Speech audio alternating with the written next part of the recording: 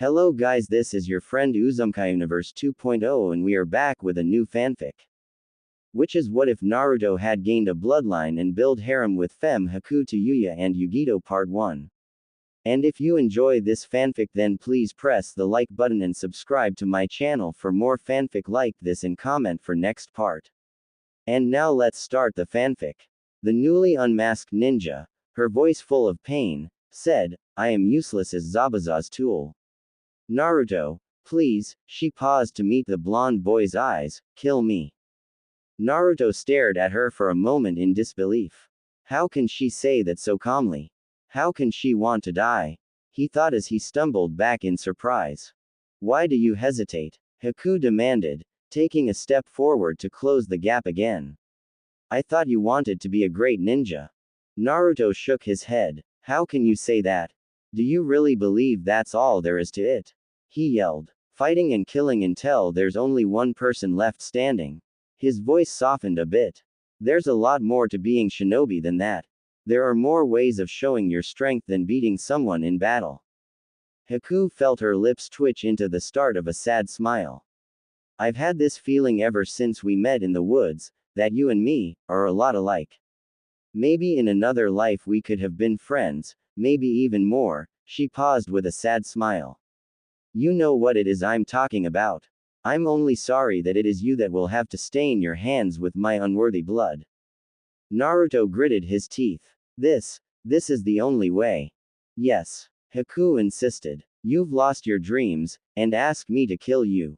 Naruto thought as he bowed his head, "The both of us are caught in this, as shinobi. The weird thing is that you're right. If we'd met under different circumstances, we probably would have been friends," the blonde said out loud to receive a small nod of agreement from the girl.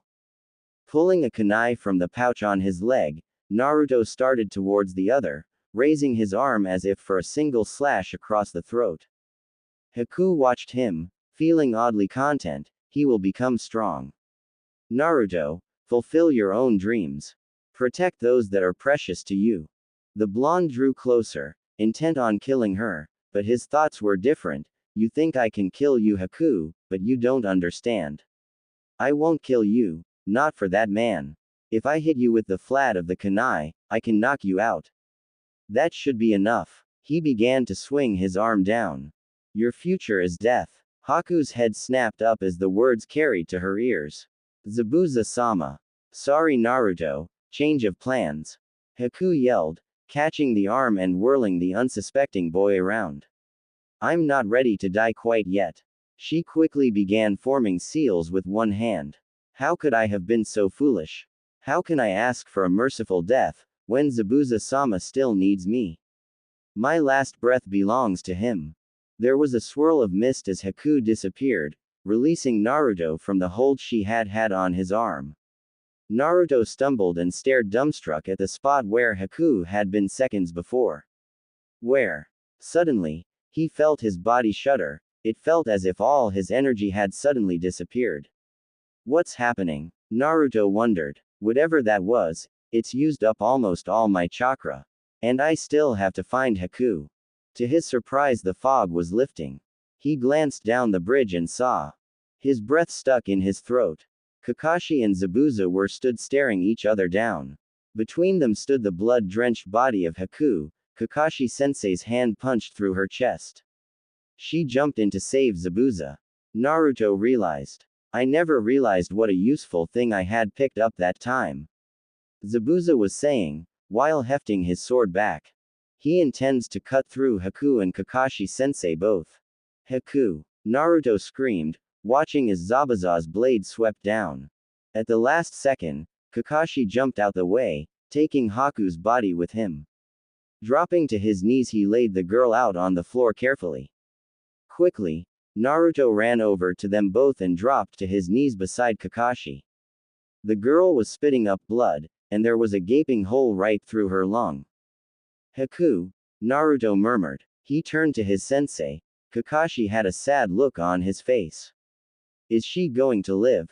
Kakashi looked away from the blonde's anxious face. "Stay here, Naruto. This fight is between me and Zabuza." He stood up and walked past the blonde, though a hand fell on Naruto's shoulder for a second and squeezed in what was supposed to be a comforting gesture.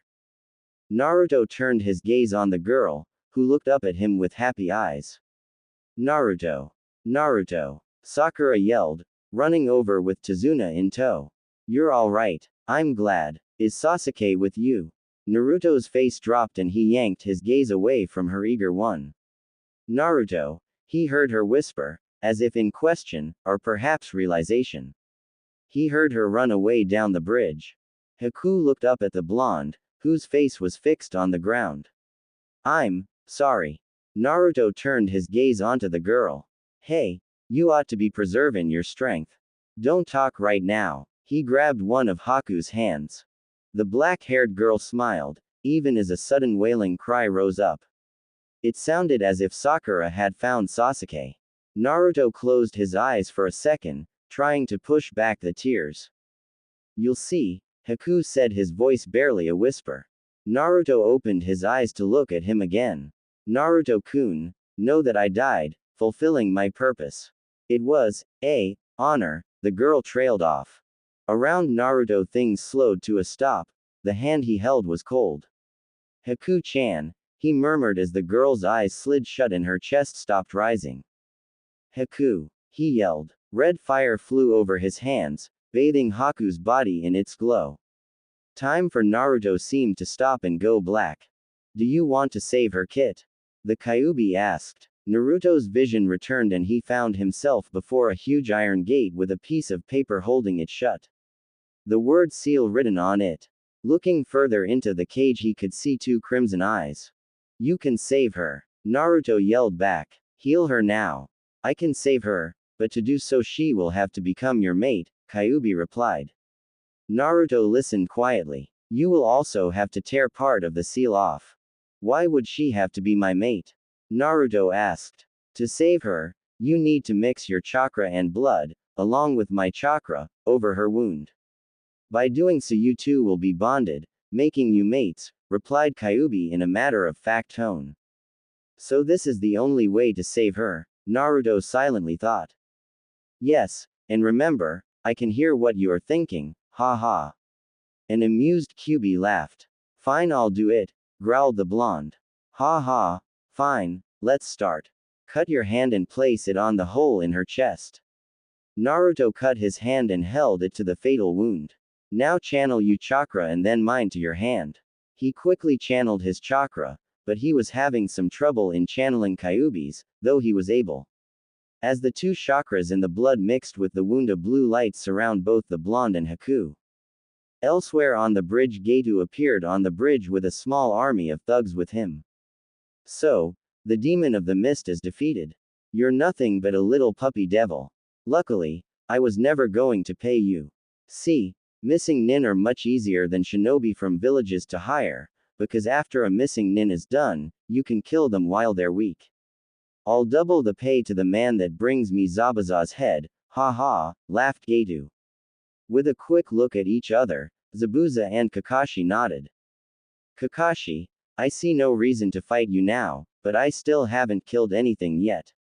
Say, first one to kill as many men of Gato's wins. It's at this point everyone froze. It wasn't because of what Zabuza said, but because they can feel the chakra that was coming off of Naruto. They looked over to see the blue light spinning around Naruto and the down form of Haku. What is this chakra? It's as powerful as the Kyuubi's, but it doesn't feel evil, the copy nin wondered silently. What is this power? Zabuza started, but before he could think farther, Gato spoke again. Kill them all now, the tyrant of a businessman yelled.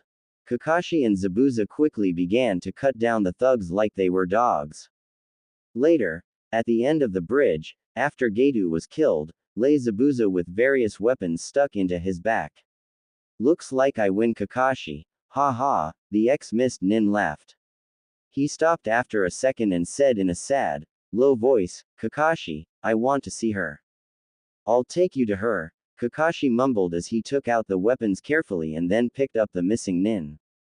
He carried Zabuza over to where the bright light once was. The copy nin saw the two laying teens on the ground, Haku completely healed and a now black-haired Naruto by her side. He gently placed Zabuza on Haku's other side. What's going on here? Did Naruto heal her? And why is his hair black? More importantly, how could he heal her? He doesn't know any medical jutsu. Guess I'll have to ask him when he wakes up. Zabuza cut through his thoughts as he spoke up. Kakashi, I don't know how, but your brat healed Haku. Will you take her with you? She doesn't like to take a life. Maybe in your village she can live a normal life and be happy. He finished with a small tear running down his face. Yeah, I'll let her come if she wants. Thank you. He never finished his word, the last of his breath leaving him. I'll watch for her for you, Zabuza, but first I need to get everyone back to Tazuna's house, the one-eyed nin thought as he walked over to his other students, only to stop as he saw Sasuke lying dead on the ground. Sakura was crying on his chest. No, not again. No, I couldn't have failed again. Kakashi started forward with tears in his eyes when a dry low voice reached his ears. Sakura, get off. You're heavy, Sasuke rasped. Sasuke, you're alive, screamed Sakura as she hugged him. He yelled for her to stop. Kakashi couldn't help but give his eye smile. All of his students were alive and safe. He turned to see the townspeople gathering. A few days later, Naruto awoke to see he was in Tazuna's house. As he started to sit up, images of the other day flashed in his mind. Flashback starts. Naruto watched as the blue light covered him and Haku. A few minutes later his body started to hurt. A second after that his body felt like it was on fire.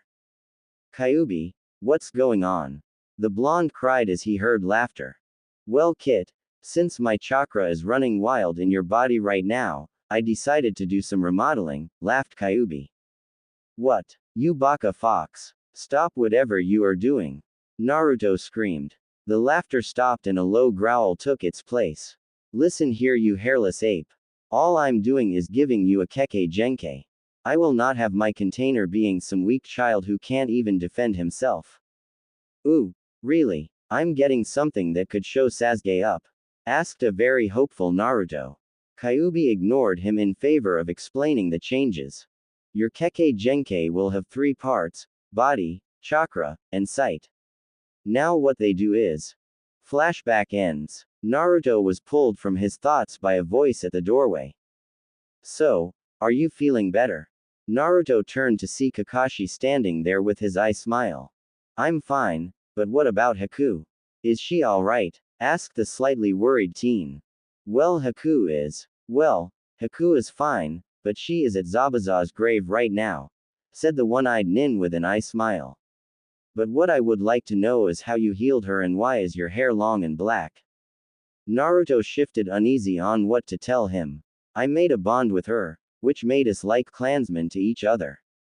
It happened when I healed her. He decided to leave out most of his new bloodline. He would tell the old man and Haku first. He also thought it would be best to tell Haku about them being mates before he told anyone else. So then my hair turned black. He's hiding something, but he seems like himself. I'll let it slide for now. He must be very upset about seeing 2 of his friends die in front of him. Kakashi thought to himself. Then the lone-eyed Jonin spoke. You know death is a part of being a ninja, but you should be happy we all survived. I know and I am. I'm going to find Haku. Naruto replied as he got up and left the room. Kakashi sat down, wondering what he could do for his student. I know how tough it must be for him to think that he lost a teammate and then a friend, which being up another question. When did the 2 of them become friends? Zabuza's grave. Naruto walked up to the girl sitting in front of a grave. I'm sorry for Zabuza's death, he said as he sat down beside her. Haku silently nodded and they sat there for a couple minutes. Finally Haku cried out, I should have died, why didn't I die? Then she felt Naruto put her arm around and pulled her to his chest to let her cry out her frustration and pain for a few minutes. Then he whispered out, I'm sorry I didn't want you to die, Haku. I don't want to be alone, not again. You are the only one that I have found that has lived in pain for something that was out of their control. As he finished, the ice user felt a tear fall on the side of her face. As she looked up at his face, he said, I want you to come back with me. I want you to be my friend, I want you to be with me. Haku cupped his face with her smooth hands. We are alike, and we both have lived with the pain of our past. She pulled him into a hug. I would like to be with you and go back to your village with you. The two stood there enjoying the warm embrace of each other. As it started to get dark, they decided to go back to the house to eat and get some sleep. As they walked in, they heard Naruto's annoying teammate, Sakura, also known as the Banshee, scream at them, Naruto, where have you been? You just wake up and then go missing all day with her. She said, pointing at Haku with a look of disgust. Naruto got pissed at Sakura's words and retorted angrily, Sakura, do me a favor and shut up the hell up. As to where I was and who I was with, that is none of your concern, therefore I have no need to discuss anything with you. He finished and walked past a shocked Sakura. As he sat at the table, he saw Kakashi hadn't looked up from his book and Sasuke was glaring at Haku. Naruto said in an angry tone, you got a problem, Tem. I think that we should kill her, she's the enemy, replied a rather angry Sasuke.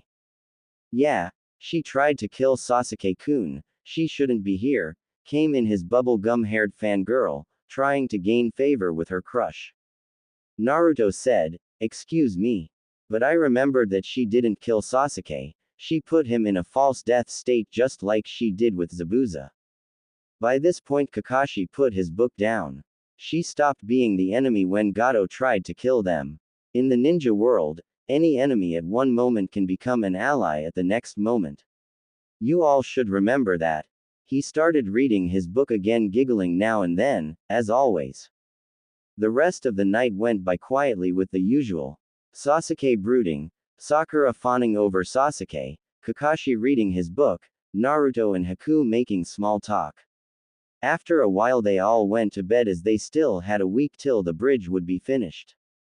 As Naruto fell to sleep, he found himself in front of Kyuubi's cage once again. Kyuubi said, well, Kit, I believe that we have something to talk about. First, you need to tell your mate about everything from my to your bloodline to her being your mate. Second, when you get back to your village don't put your mask on, you will also be a weak fool if you do. Also you need someone to teach you taijutsu, preferably something strong that cause you to break bones, and I also want you to start to work with a sword. Find a master to teach you kenjutsu. I think that old man, the Hokage, should be able to help you find one. Now leave, I'm still tired from healing your mate and replenishing your blood. You also need your sleep, so your mate can show you how to use your ice abilities. Before Naruto could reply back to the fox, he was thrown from his mindscape into a nice dream about him, Haku and Hinata going for a walk around the park. The next morning, Naruto awoke early, mumbling about Baka foxes telling him what to do in weird dreams. Why would even have a dream about Hinata? I mean, sure, she's liked me for a long time and I've grown to like her. But what would the village do if she was with me, and besides Haku is my mate, I can't have them both. I don't think either would be happy about it. As he was running through his thoughts he heard laughter in his mind. You idiot. Why not take them both as your mates?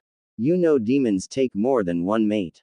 As for Haku not being happy about you having another, we both have seen how she looks at Tsunami, which indicates that she plays for both sides. No, I think she'll be fine with you having another mate, as long as you love her. This Hinata girl loves you and you love her. You need to grow strong to be with the ones you love. Kyuubi said, voicing his opinion. But there's no way for me to be with them both. Humans only can have one mate, and even with the villagers telling I'm a demon, I'm not. Naruto retorted sadly. The fox answered, well, you are right and wrong. To my understanding of villages, people with new bloodlines can have more than one mate due to this clan restoration act. That idiot Uchiha applies to this since he is the last loyal Uchiha, and as for you not being a demon, well, yes and no. You aren't a demon, but you are as much a demon as a human can be, while still being human. Of course your new bloodline makes that so. Great, that will make the villagers so happy. Well, At least I might be able to be with Haku and Hinata as long as they're both okay with it. Hey, wait a freaking minute, how are you talking to me? Naruto said in a sarcastic tone. Well, that piece of the seal you ripped off lets me speak to you telepathically as well as see, hear, and smell what you do, Kyuubi explained to his container. Okay, but why haven't you speaking before now, and aren't you supposed to be the demon that wants to kill everything in sight? So why are you helping me? Naruto asked curiously. I haven't spoken before now because I was tired. Do you know how much energy it takes to heal someone near death and make a Kekkei Genkai at the same time? And no, I'm not evil or want kill everything that opposes me. Kyuubi replied. Naruto could feel the sad smile on the fox's face. No, at one point in time, I was the guardian of Fire Country, but that hubby Tem put a very powerful genjutsu on me. It put me into a feral rage and I attacked your village, but thankfully your Hokage sealed me away before I can do any more damage. As to why I'm helping you, well, I'm sorry for making your life so bad. So the bloodline and healing your mate was my way of saying I'm sorry. Thank you, but I'll find that hubby Tem and make him pay for disturbing our lives. He was cut from his conversation by a soft voice. You know, breakfast is waiting for you downstairs. Naruto turned to see Haku in the doorway, smiling at him. I will be down in a minute, Naruto said, returning the smile with one of his own. After a few minutes, Naruto walked downstairs and sat down at the table with everyone eating their food. Alright, team, we still have a week till the bridge is finished. Sasuke, you'll be coming with me to the bridge. Sakura, you will be watching over the house. Naruto, you are free whatever you want for the day, and Haku, since you aren't part of my team, you can do whatever you want. Kakashi told them. Sasuke answered, HN. Sakura was upset she wasn't going to be with her Sasuke. Naruto thought it was a perfect time to talk with Haku and maybe get her help working with his new ice ability. Alright, I'm going to go and train. Haku-chan, do you want to come? Naruto asked a blushing Haku. Why yes Naruto-kun. Naruto just looked at her, wondering why she was stuttering. Tsunami said in a soft voice, maybe you should stay here today. Naruto turned his head to see a blushing Tsunami. He also saw a blushing Sakura look at him only to have her look at the ground when he looked at her. He started to hear Kyuubi laughing. Kyuubi, what did you just do? Ha ha, Kit. Sorry Kit, ha ha, but it looks like, ha ha.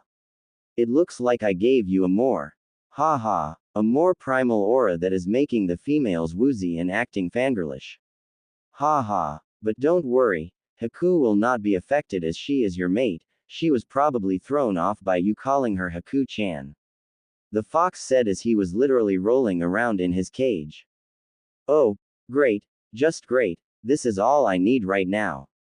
Naruto thought with a groan.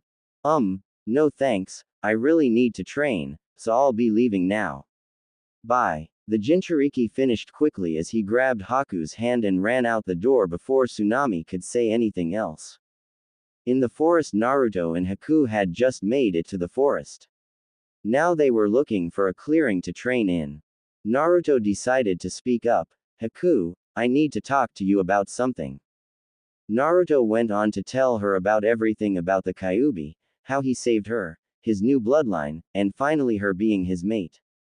Haku stood there, listening to everything intently, and she was a little surprised that by saving her life, she had become his mate, as he called it. But all in all, she was happy that he told her all of this. She wasn't too upset about being his mate. She had to admit that he was cute and she did like him, but she would have liked to know him better. She actually found herself hugging him tightly after he finished explaining everything to her. Well, that a relief, she doesn't seem mad. Naruto thought in relief. See, I told you, Kit, she's fine with it. But you didn't tell her about Hinata. Of course, that was probably wise, too much information could be bad right now. You will need to tell her before you get back to the village. Kyuubi said in a told you so voice. Yeah, I know, but not now. I think I need to get to training. Naruto replied back to the fox. He turned to his mate and said, Hey, Haku-chan, I think we should get to training, maybe you can show me how to use ice jutsus. Yeah, sure, Haku said with a nod. She started to show him how to perform Hyoten Jutsu, but he was having trouble using the right amount of chakra. So to help him with his chakra control, she taught him the water walking chakra exercise. It took the rest of the day for him to get it down, and by the time he fully got it down, it was time to head back to the house. Back at Chizuna's house, when they got back, everyone was set at the table about to eat. They sat down quietly and most of the dinner went by quietly, with Tsunami and Sakura looking at Naruto once in a while and having light blushes on their faces. Haku was glaring at Sakura angrily for looking at her Naruto like that. Naruto decided to break the silence. Anyo. Kakashi-sensei, we don't have anything really to do we? Well, not really, we know the bridge will be done in 5 or 6 days. Why do you ask? The Jonin asked as he let his eye train fully on his student. Well, I was planning on training for the rest of the week and maybe stay in the forest till we leave for Konoha, replied Naruto. I have no problem with you training the rest of the time, but I don't think staying in the forest is a good idea. Kakashi said. It will help with survival training, having to find food and shelter. Naruto said, thinking quickly to get the private training trip. Alright, but I want you back the night before we leave. Kakashi said, agreeing with the logic that Naruto shot out. Sasuke was seething in anger at the fact that the Dobi was going to train the whole time while he forced to stay here and watch the bridge. But then he thought with the Dobi not being here, he could get Kakashi to teach him a couple new jutsus. The rest of the dinner went rather quietly, well besides Sakura yelling at Kakashi about Naruto getting to train while Sasuke had to stay, but she was silenced by a glare from Sasuke, him not wanting her to blow his chance to get stronger. When dinner was done, Naruto and Haku packed their supplies, said goodbyes to everyone and headed out into the forest to return in 1 week. On the newly finished bridge, the rest of Team 7 was waiting on their last teammate. The pink-haired one named Sakura was standing there with her foot tapping against the floor. Sensei, Naruto's late, could something have happened to him while he was training? She asked her sensei. Kakashi said, no, I don't think so, Sakura, isn't that right, Naruto? Sasuke and Sakura turned around to see Naruto. His attire was completely black with a muscle shirt, pants and black bandages wrapped around his ankles much like Kakashi's. His hair grew a bit longer and he had it wrapped at his back of his neck in a small ponytail, and on his back were 2 nodashis. One was fitting in a black sheath and the other on was white. Sasuke thought, just how strong has he gotten in a week? This is unreal. Sakura was in shock as she thought, is that Naruto? He looks so. Inner Sakura interrupted, hot, gorgeous, handsome, I can continue if you want to. Sakura said, arguing with her other self, shut up, I love Sasuke-kun, not Naruto.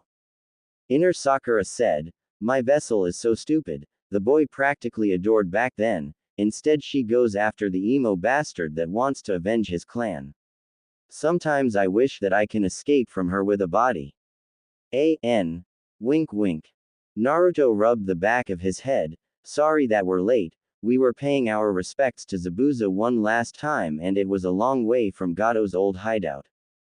Kakashi said, then you must be the ones who took Zabuza's Kubikiri Bocho and it explains the new clothes. Where is it? Naruto said, on my back, sensei. You see, the 7 shinobi swordsmen of the mist have sentient swords that choose their next successor. Kubikiri Bocho is Zabuza's sword and it changes to fit the successor. The white one is Oathkeeper and the black one is called Oblivion. Shout out to Kingdom Hearts, people. I don't own. Sasuke eyed the sword, do you even know how to use those? Naruto slipped his hand from his head to Oblivion's hilt, care to test me, Uchiha? Kakashi diffused the situation, enough, you two. Let's go. A cry went out, wait. Kakashi groaned inwardly, This was the reason I wanted to leave in the first place. The team along with Haku turned to see the whole population of Wave with Tazuna and his family in the front. You were going to leave before we could say goodbye, weren't you? Tsunami said accusingly. Kakashi said, no, why would you think? Naruto said, Sensei, your face says it all. Kakashi rubbed the back of his head sheepishly as Inari went and hugged Naruto. Will you come back soon? Naruto gave him a smile. A real smile. Inari, that is a promise in a lifetime. I will definitely come back soon to Wave to visit. Remember to always protect your family no matter what. Inari nodded and stepped back with Tazuna and his mother. Tsunami said, thank you, everyone, Naruto-san, Kakashi-san, Sakura-san, Sasuke-san. She went and gave them all a hug, well, except Kakashi for 2 reasons. 1. He was reading his book, and 2. She knew about Ika Ika Paradise.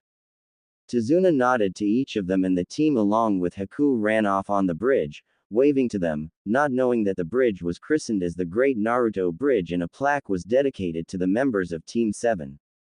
They ran off to Konoha by jumping into the trees, and Sasuke asked, so, Dobi, what kind of training did you do? Naruto answered, why are you so curious, Sasuke? You never bothered with me before or my training before. Sasuke dismissed the question, just tell me what you did. Naruto said, I went through physical conditioning, push-ups, sit-ups, pull-ups, etc. Then I sparred with Haku-chan, trying to work on my timing with Kage Bunshin, and that is all. Kakashi thought, he is hiding something from Sasuke. It is better if he doesn't tell Sasuke since he still has that superiority complex stuck in his head. I will have to ask him to stay when we report to the Hokage. After a few more hours, they approached the gate and 2 guards, the Chunin Izumo and Katetsu. Katetsu cried out, state your name and business. Kakashi said lazily, Kakashi Hatake returning with Team 7, consisting with Naruto Uzumaki, Sakura Haruno and Sasuke Uchiha. Izumo said, where is Naruto? Kakashi inclined his head to the black-haired boy to the left of him with Haku close to him. Who is the chick? Katetsu said with his eyebrow raised. The Jonin replied, she wants to join the ranks and we are escorting her to the Hokage. The 2 Chunins nodded and signaled the gatekeeper to open the gates. The gates opened slowly and Team 7 along with Haku walked through, straight to the Hokage Tower. Meanwhile, as they walked through the courtyard, Naruto was getting looks that he was not used to, mostly for women who blushed, and some of them smiled and waved at him. Naruto inwardly smiled that the villagers didn't recognize him at all, but he knew that soon they will discover his identity again. So until that time, he was enjoying the looks to the fullest. Soon they reached the Hokage Tower to find Sarutobi at his desk working. When he looked up, he saw Team 7 and his eyes widened at the sight of Naruto. Naruto, Sarutobi said. Naruto said with a foxy smile, what's up, Hokage Jii? The Hokage said, I see that you all have returned safely, and who is this girl? Kakashi said, Hokage-sama, on our mission, it appears that the client lied about it. Apparently the client was targeted by Gato, who hired and sent ninjas to assassinate him. We continued on and met Zabuza Momochi, hired by Gato also. We defeated him for the first time, and this girl, Haku, posing as a hunter nin who was once under Zabuza, took him to heal his wounds. After a week, we met and clashed against each other. Sasuke was at first thought dead, but Haku put him in a false death state just like Zabuza. Needless to say, Zabuza and I destroyed Gato's hired thugs, and Zabuza was the one who killed Gato at the cost of his life. The old man stroked his beard and said, all right then, Haku, you will be able to join Konoha's ranks, and as common procedure, you will be placed on probation for a month since you were Zabuza's apprentice. What profession would you like to pursue? Haku answered, I would like to become a combat medic, Hokage-sama. So you will be receiving training in the hospital and I will be giving you a plaque. Naruto said, interrupting the Hokage, excuse me, Hokage Jii, but Haku will be staying with me. Sarutobi said, fine, less paperwork for me. Now Sasuke, Sakura, you are dismissed for today, and Haku, can you step in the hallway to wait for Naruto? The three bowed and went out the door. Sarutobi placed a sound silencing seal on the wall and said, I am guessing that there is something more that concerns your change, Naruto. Explain from the start. Naruto began, well, after I took care of Gato's cronies from taking Tsunami and Inari, I went to the bridge to find Sasuke trapped in Haku's ice dome and Kakashi-sensei fighting against Zabuza. I went inside the dome to help Sasuke and tried to get him out by using shadow clones to distract Haku, so I can attack from the outside while he attacks from the inside. Haku was able to destroy them quickly and attack us using her speed. We tried this maneuver twice and Sasuke was able to unlock his Sharingan to see her movements, but I was knocked down. When I opened my eyes, I saw Sasuke standing in front of me with Senbon needles stuck all over his body. I thought he had died and I got angry at Haku for taking him away. Due to my anger, I was able to unleash the Kyuubi chakra and defeated Haku. She wanted me to kill her, so I was going to run and try to knock her out, but then she realized that Zabuza was in trouble, so she grabbed my arm and shunshin to Zabuza's location. I ran after her. When I reached there, I saw that Kakashi's arm was punched straight through her chest and was on the verge of dying. I wanted to save her, because she was a lot similar to me. So the Kyuubi was able to tell me what to do to save her. Sarutobi said, what? You talked to the Kyuubi? Naruto said, relax, Oji-san, the fox didn't do anything at all, well, except gave me a Kekkei Genkei. Kakashi and Sarutobi both shouted, what? Naruto said, let me finish please. The Kyuubi told me to mix my blood and chakra along with some of his own and pressed into her wound, which is why my hair turned black. The only drawback is that Haku-chan and I are mates, in short, husband and wife in human terms. Kakashi said, Naruto, why would you trust the Kyuubi? He tried to destroy the entire village. Naruto said, because it was not the Kyuubi's fault, apparently he was under some kind of genjutsu. The last thing he remembers is that the one who did it smelled like snakes and had pale yellow slitted eyes. Both the Hokage and Kakashi immediately knew who was the one who caused all of this pain in Konoha. Orochimaru, the former student of Hiruzen Sarutobi, the Snake Sannin, former teammate of Jiraiya and Tsunade, an AS rank criminal for experimenting on fellow ninjas. Sarutobi said, so what is your bloodline, Naruto? Naruto explained, from Kyuubi's description, it has 3 parts, my bloodline affects the body, chakra and eyes. My body is much like a Hanyu, I have enhanced senses, organs, bones, muscles, chakra network, etc. I have more flexibility, a higher healing rate and pain tolerance. Now the Kyuubi made a secondary system that can channel his chakra without damaging my body, only reducing to a minimum, and it is immune to tampering. My chakra imprinted on Haku's, making me able to use the Hyoten, and my last part, my eyes allow me to see through genjutsu, which has been my weakest point, and able to track an opponent's movements. I am able to detect my opponent's next move from the slightest tension from their bodies and can move in the exact spot where they were at. The Hokage and Kakashi were in awe and shock. The Kyuubi made his container a practical bloodline gold mine.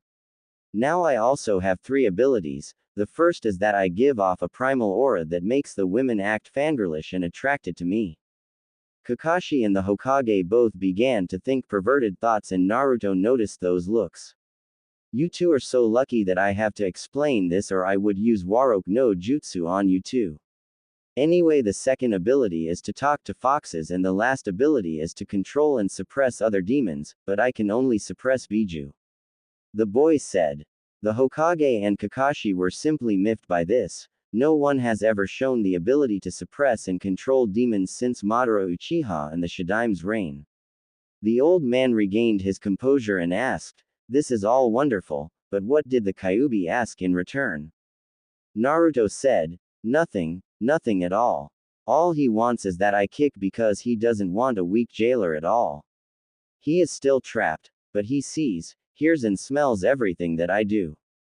The Hokage said, very well, you are dismissed, you better take Haku home before it gets late. Naruto nodded and went out to meet Haku to escort her to his apartment while Kakashi asked, is it like the first bloodline?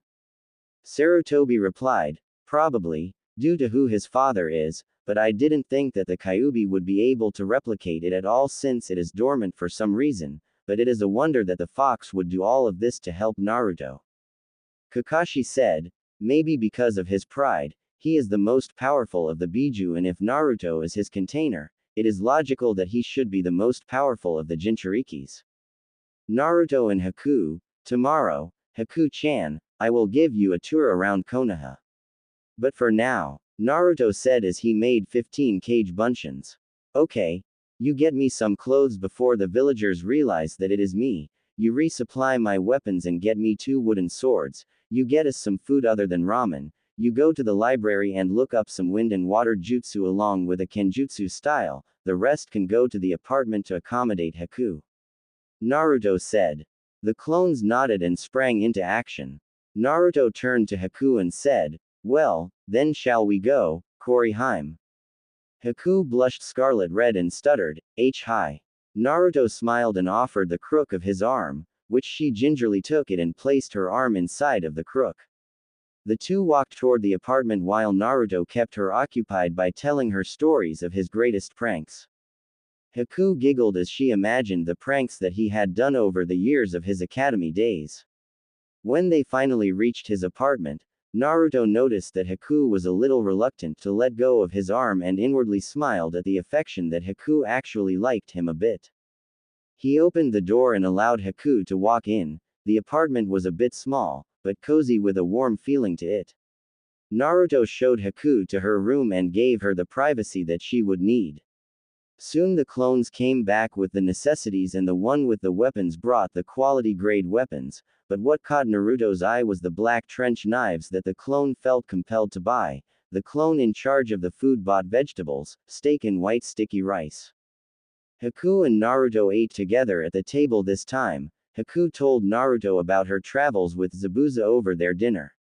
Soon as they were finished, Naruto inspected the library jutsu and kenjutsu style. The kenjutsu style was called Tukatsu Ryu, translation, Frozen Dragon style. His clothes consisted of an assortment of dark blue, reds and black.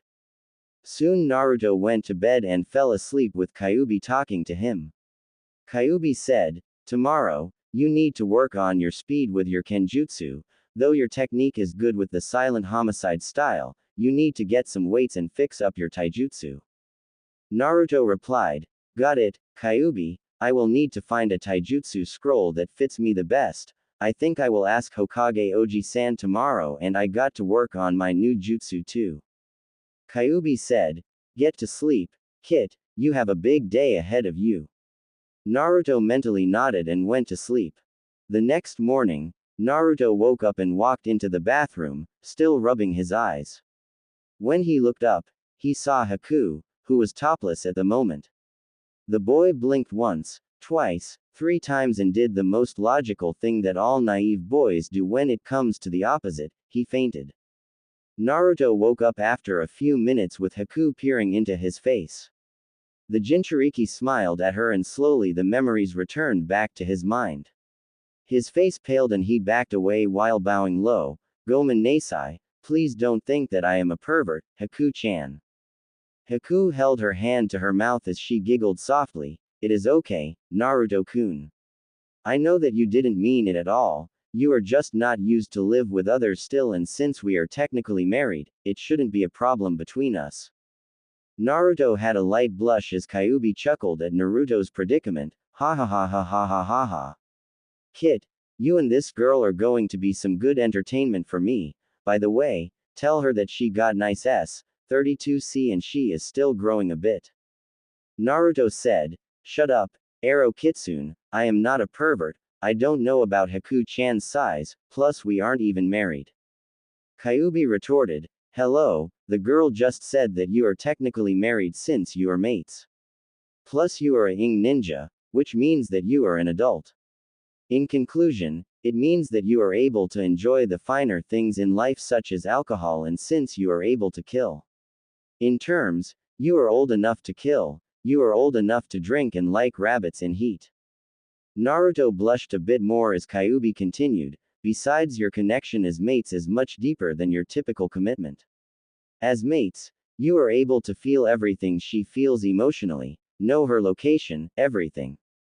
It also means that if someone wants to date Haku, she wouldn't be attracted to that person and rejects that person, which gives you all the more reason to tell Haku about Hinata. If you imprint on Hinata as a potential mate, then Haku will do the same as well. Naruto replied, I think that it is too soon. I will tell her when the time is right. Naruto cut the mental conversation as he heard Haku calling his name.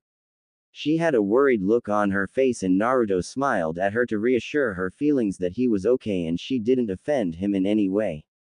Haku smiled softly in return and got up. While you were knocked out, I took the liberty of making breakfast for the both of us. Naruto said, thanks. After this, we will go and tour Konoha, but I need to make a pit stop at the Hokage Tower to ask him about some taijutsu scrolls that I can learn. Haku nodded. That is fine, Naruto-kun. We can kill two birds with one stone since I need to see the Hokage about the hospital job. The two walked to the table to find hotcakes, eggs and sausage links on their plates. Naruto said, wow, Haku-chan, this is amazing. Haku blushed at his praise. It's not much, Naruto-kun. The Jinchuriki turned to her. Are you crazy? I can never make eggs like this, I usually burn them. Haku's blush deepened as the couple sat at the table and ate their breakfast. After they ate and Naruto got dressed, they strode over to the Hokage Tower. Naruto listened to the gossip of the demon finally died on a mission and shook his head at the villagers' stupidity. He still had his whisker marks and blue eyes, but they couldn't recognize him because he had long black hair, a bit taller and had lost his baby fat only to be replaced with muscle. HMPH and they call me dead last. Naruto thought to himself. They approached the secretary, who ushered them inside to see the Hokage. Naruto, what can I do for you? Asked the Hokage. Naruto said, I would like to know if there are any taijutsu scrolls that I can borrow, so I can learn since mine is a little sloppy. The Hokage stroked his beard and said, I think I might have one. The old man thought, I will give him his mother's taijutsu style, after all, it is rightfully his and I have a feeling that something will happen to it. The Hokage approached his library and pulled out a red scroll. I think that this style will suit you well, Naruto. It is called the Raging Torrent style, made by one of our finest ninja here in Konoha. Naruto thanked him and Haku said, Hokage-sama, I would like to know when does my shift starts at the hospital. The Hokage said, let me check my records, Haku-san. Let's see, yes, you will start tomorrow at 8 in the morning and end at 4 in the afternoon. Haku bowed, thank you, sir. The two walked out, leaving Sarutobi to glare at the pile of paperwork. I hate you so much. I will find your weakness, you son of a bitch. The old man thought at his most powerful adversary. Naruto and Haku the couple walked around the courtyard, showing her everything in the village. They first stopped by Ichiraku Ramen, where Tyuki and Ayame greeted them immensely despite that they didn't recognize Naruto at first with his long, black hair. Next, they went to the various training grounds and stores. After that, the last place that Naruto was taking her to happened to be his favorite spot. Haku-chan, hold tight, okay. Naruto said. Haku nodded and held him closer to her as he Shunshin along with her for the ride. Minutes later, she looked to see that they were on top of the Hokage monument, ironically on the fourth Hokage's head. Then she turned around to see the reason why that this spot was Naruto's favorite. You could see that the whole village was silhouetted by the sunset, making it have a soft glow radiate off of it. It's beautiful, Haku whispered. Naruto replied, yes, it is, but I know something that pales in comparison.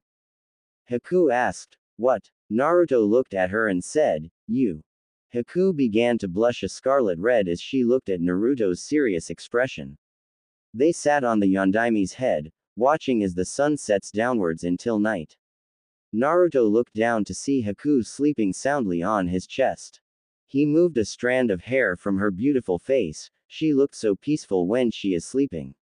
I better get her home now, he thought to himself. He shunshined back to his apartment and went to bed in his current state, feeling too tired to get Haku and himself up to move into his pajamas, plus Haku was latched on tight to his persona and he didn't have the heart to wake her up.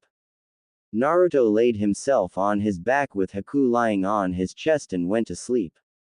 Next morning, Naruto woke up early to train himself in his taijutsu with the raging torrent style at 6 in the morning after leaving a note for Haku to know where he was, and then he proceeded to have Kage Bunshin brush up on the silent homicide style while he himself studied the Tukatsu Ryu style. Then he would do some physical conditioning with some weights strapped to his arms and legs along with some meditation, and after that, he would practice his chakra control by walking on water like he saw this one girl with her hair wrapped in buns did. He figured out that it was not easy to do, but more challenging than the tree climbing exercise that he did with Kakashi sensei. After his early morning training, he would arrive at 11 o'clock for his missions with Sasuke and Sakura, who would usually yell at him for being late, but Naruto didn't care about her opinion.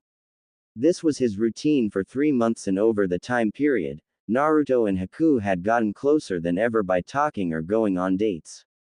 Naruto's hair grew and his ponytail ended at the middle of his back.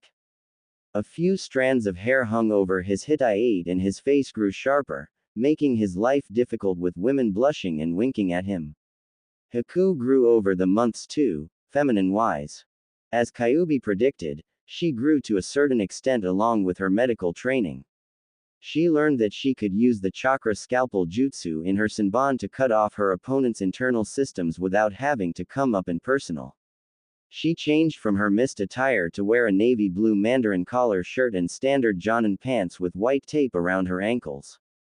She learned swordsmanship also and used the Tukatsu Ryu style as well. She named her katana Shirosuke. Naruto woke up with Haku lying on his chest. Ever since that day, Haku had gotten pretty comfortable with using his chest as a pillow. He smiled at her and made a Kage Bunshin and substitutes himself with it. Then he went out to do his morning workout and meditation, and then he met his team. He saw Sakura in front of 2 Suna genin. One of them was holding his friend and declared rival, Konohamaru Sarutobi, very tightly.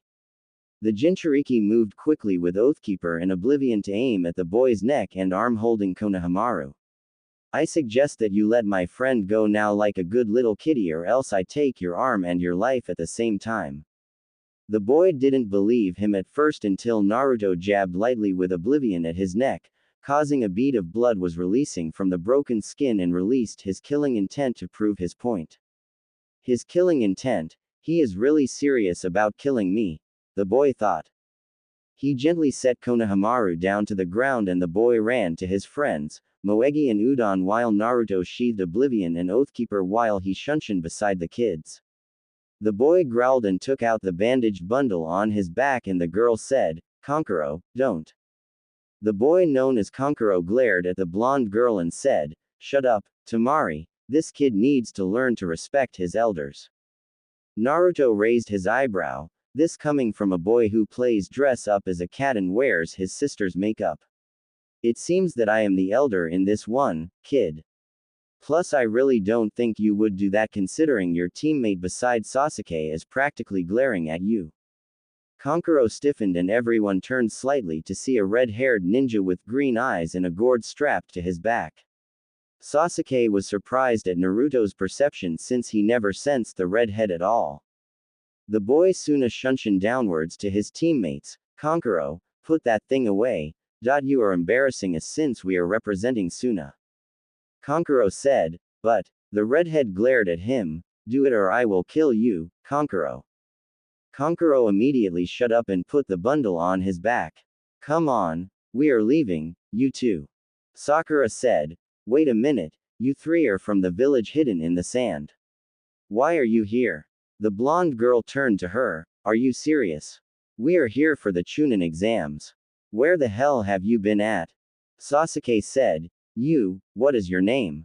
The girl pointed at herself. Who? Me. Sasuke replied rudely. No, the redhead. The boy replied. My name is Sabaku no Gaara. Yours? Sasuke said. Sasuke Uchiha.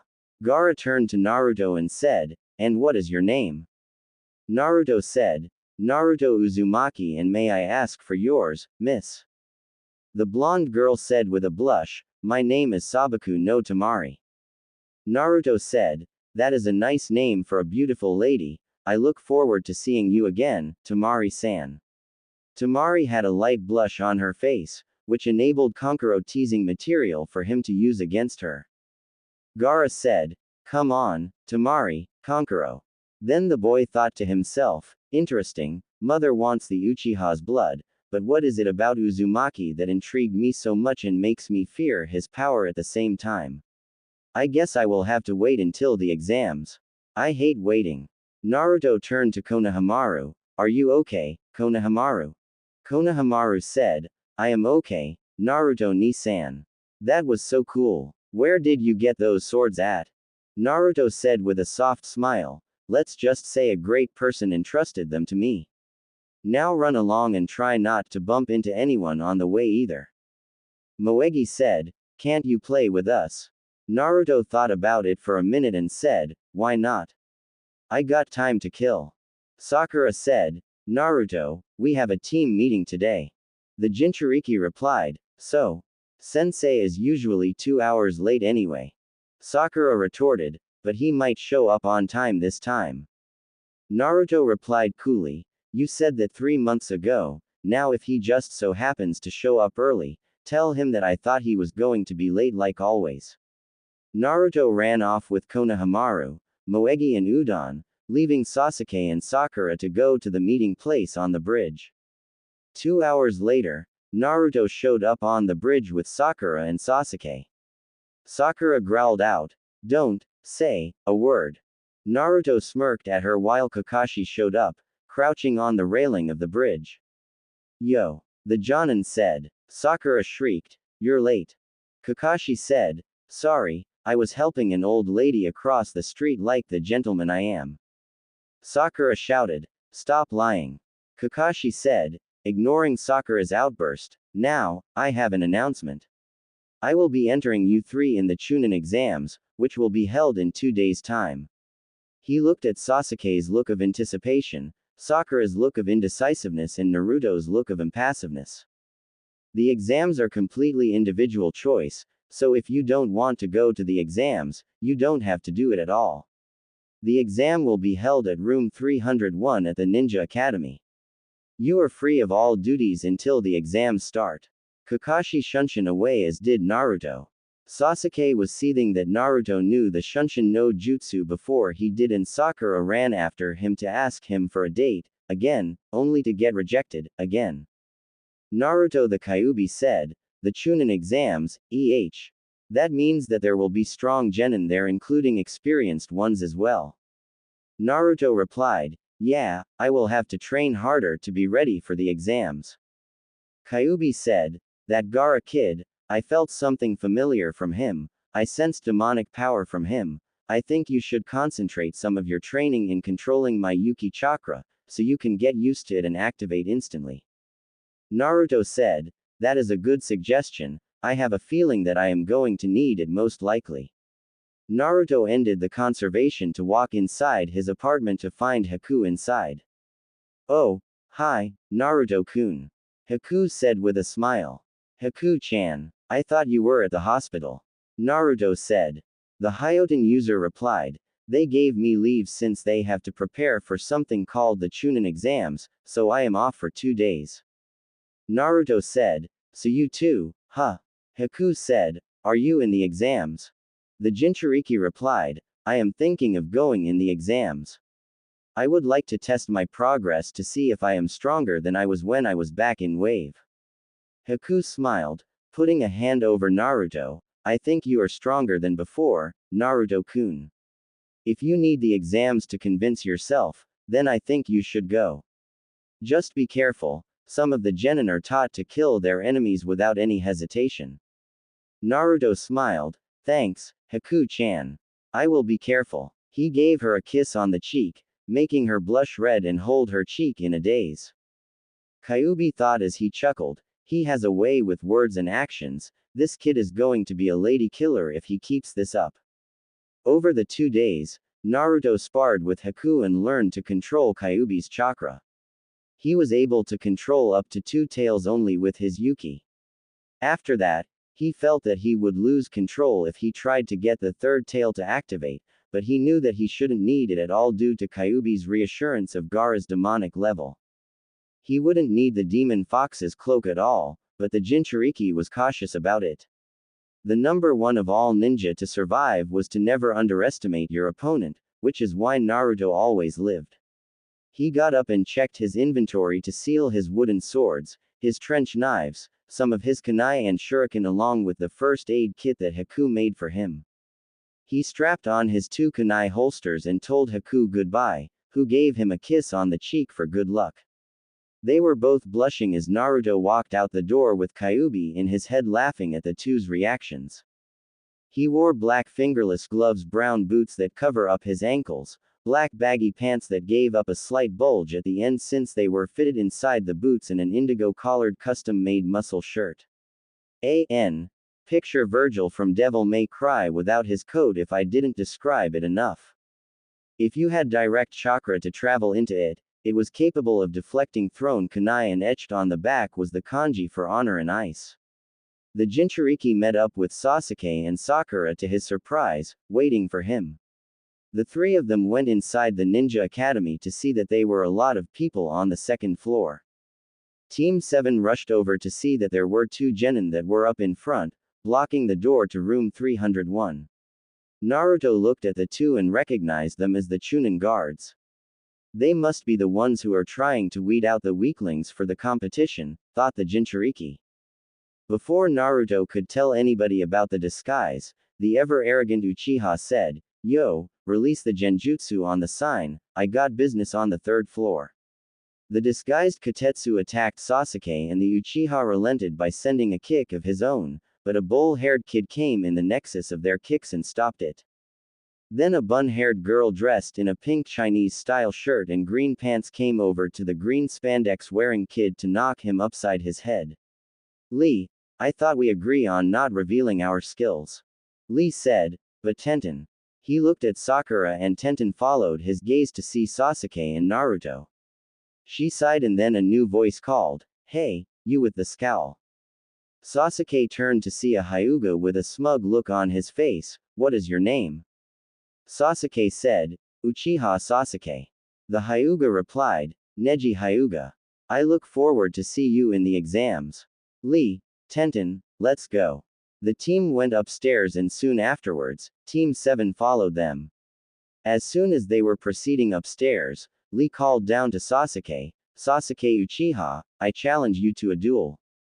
Naruto said, "Sasuke, we have no time for this." Sasuke said, "I have plenty of time to beat this freak." Naruto said, "Sasuke, never underestimate your opponent."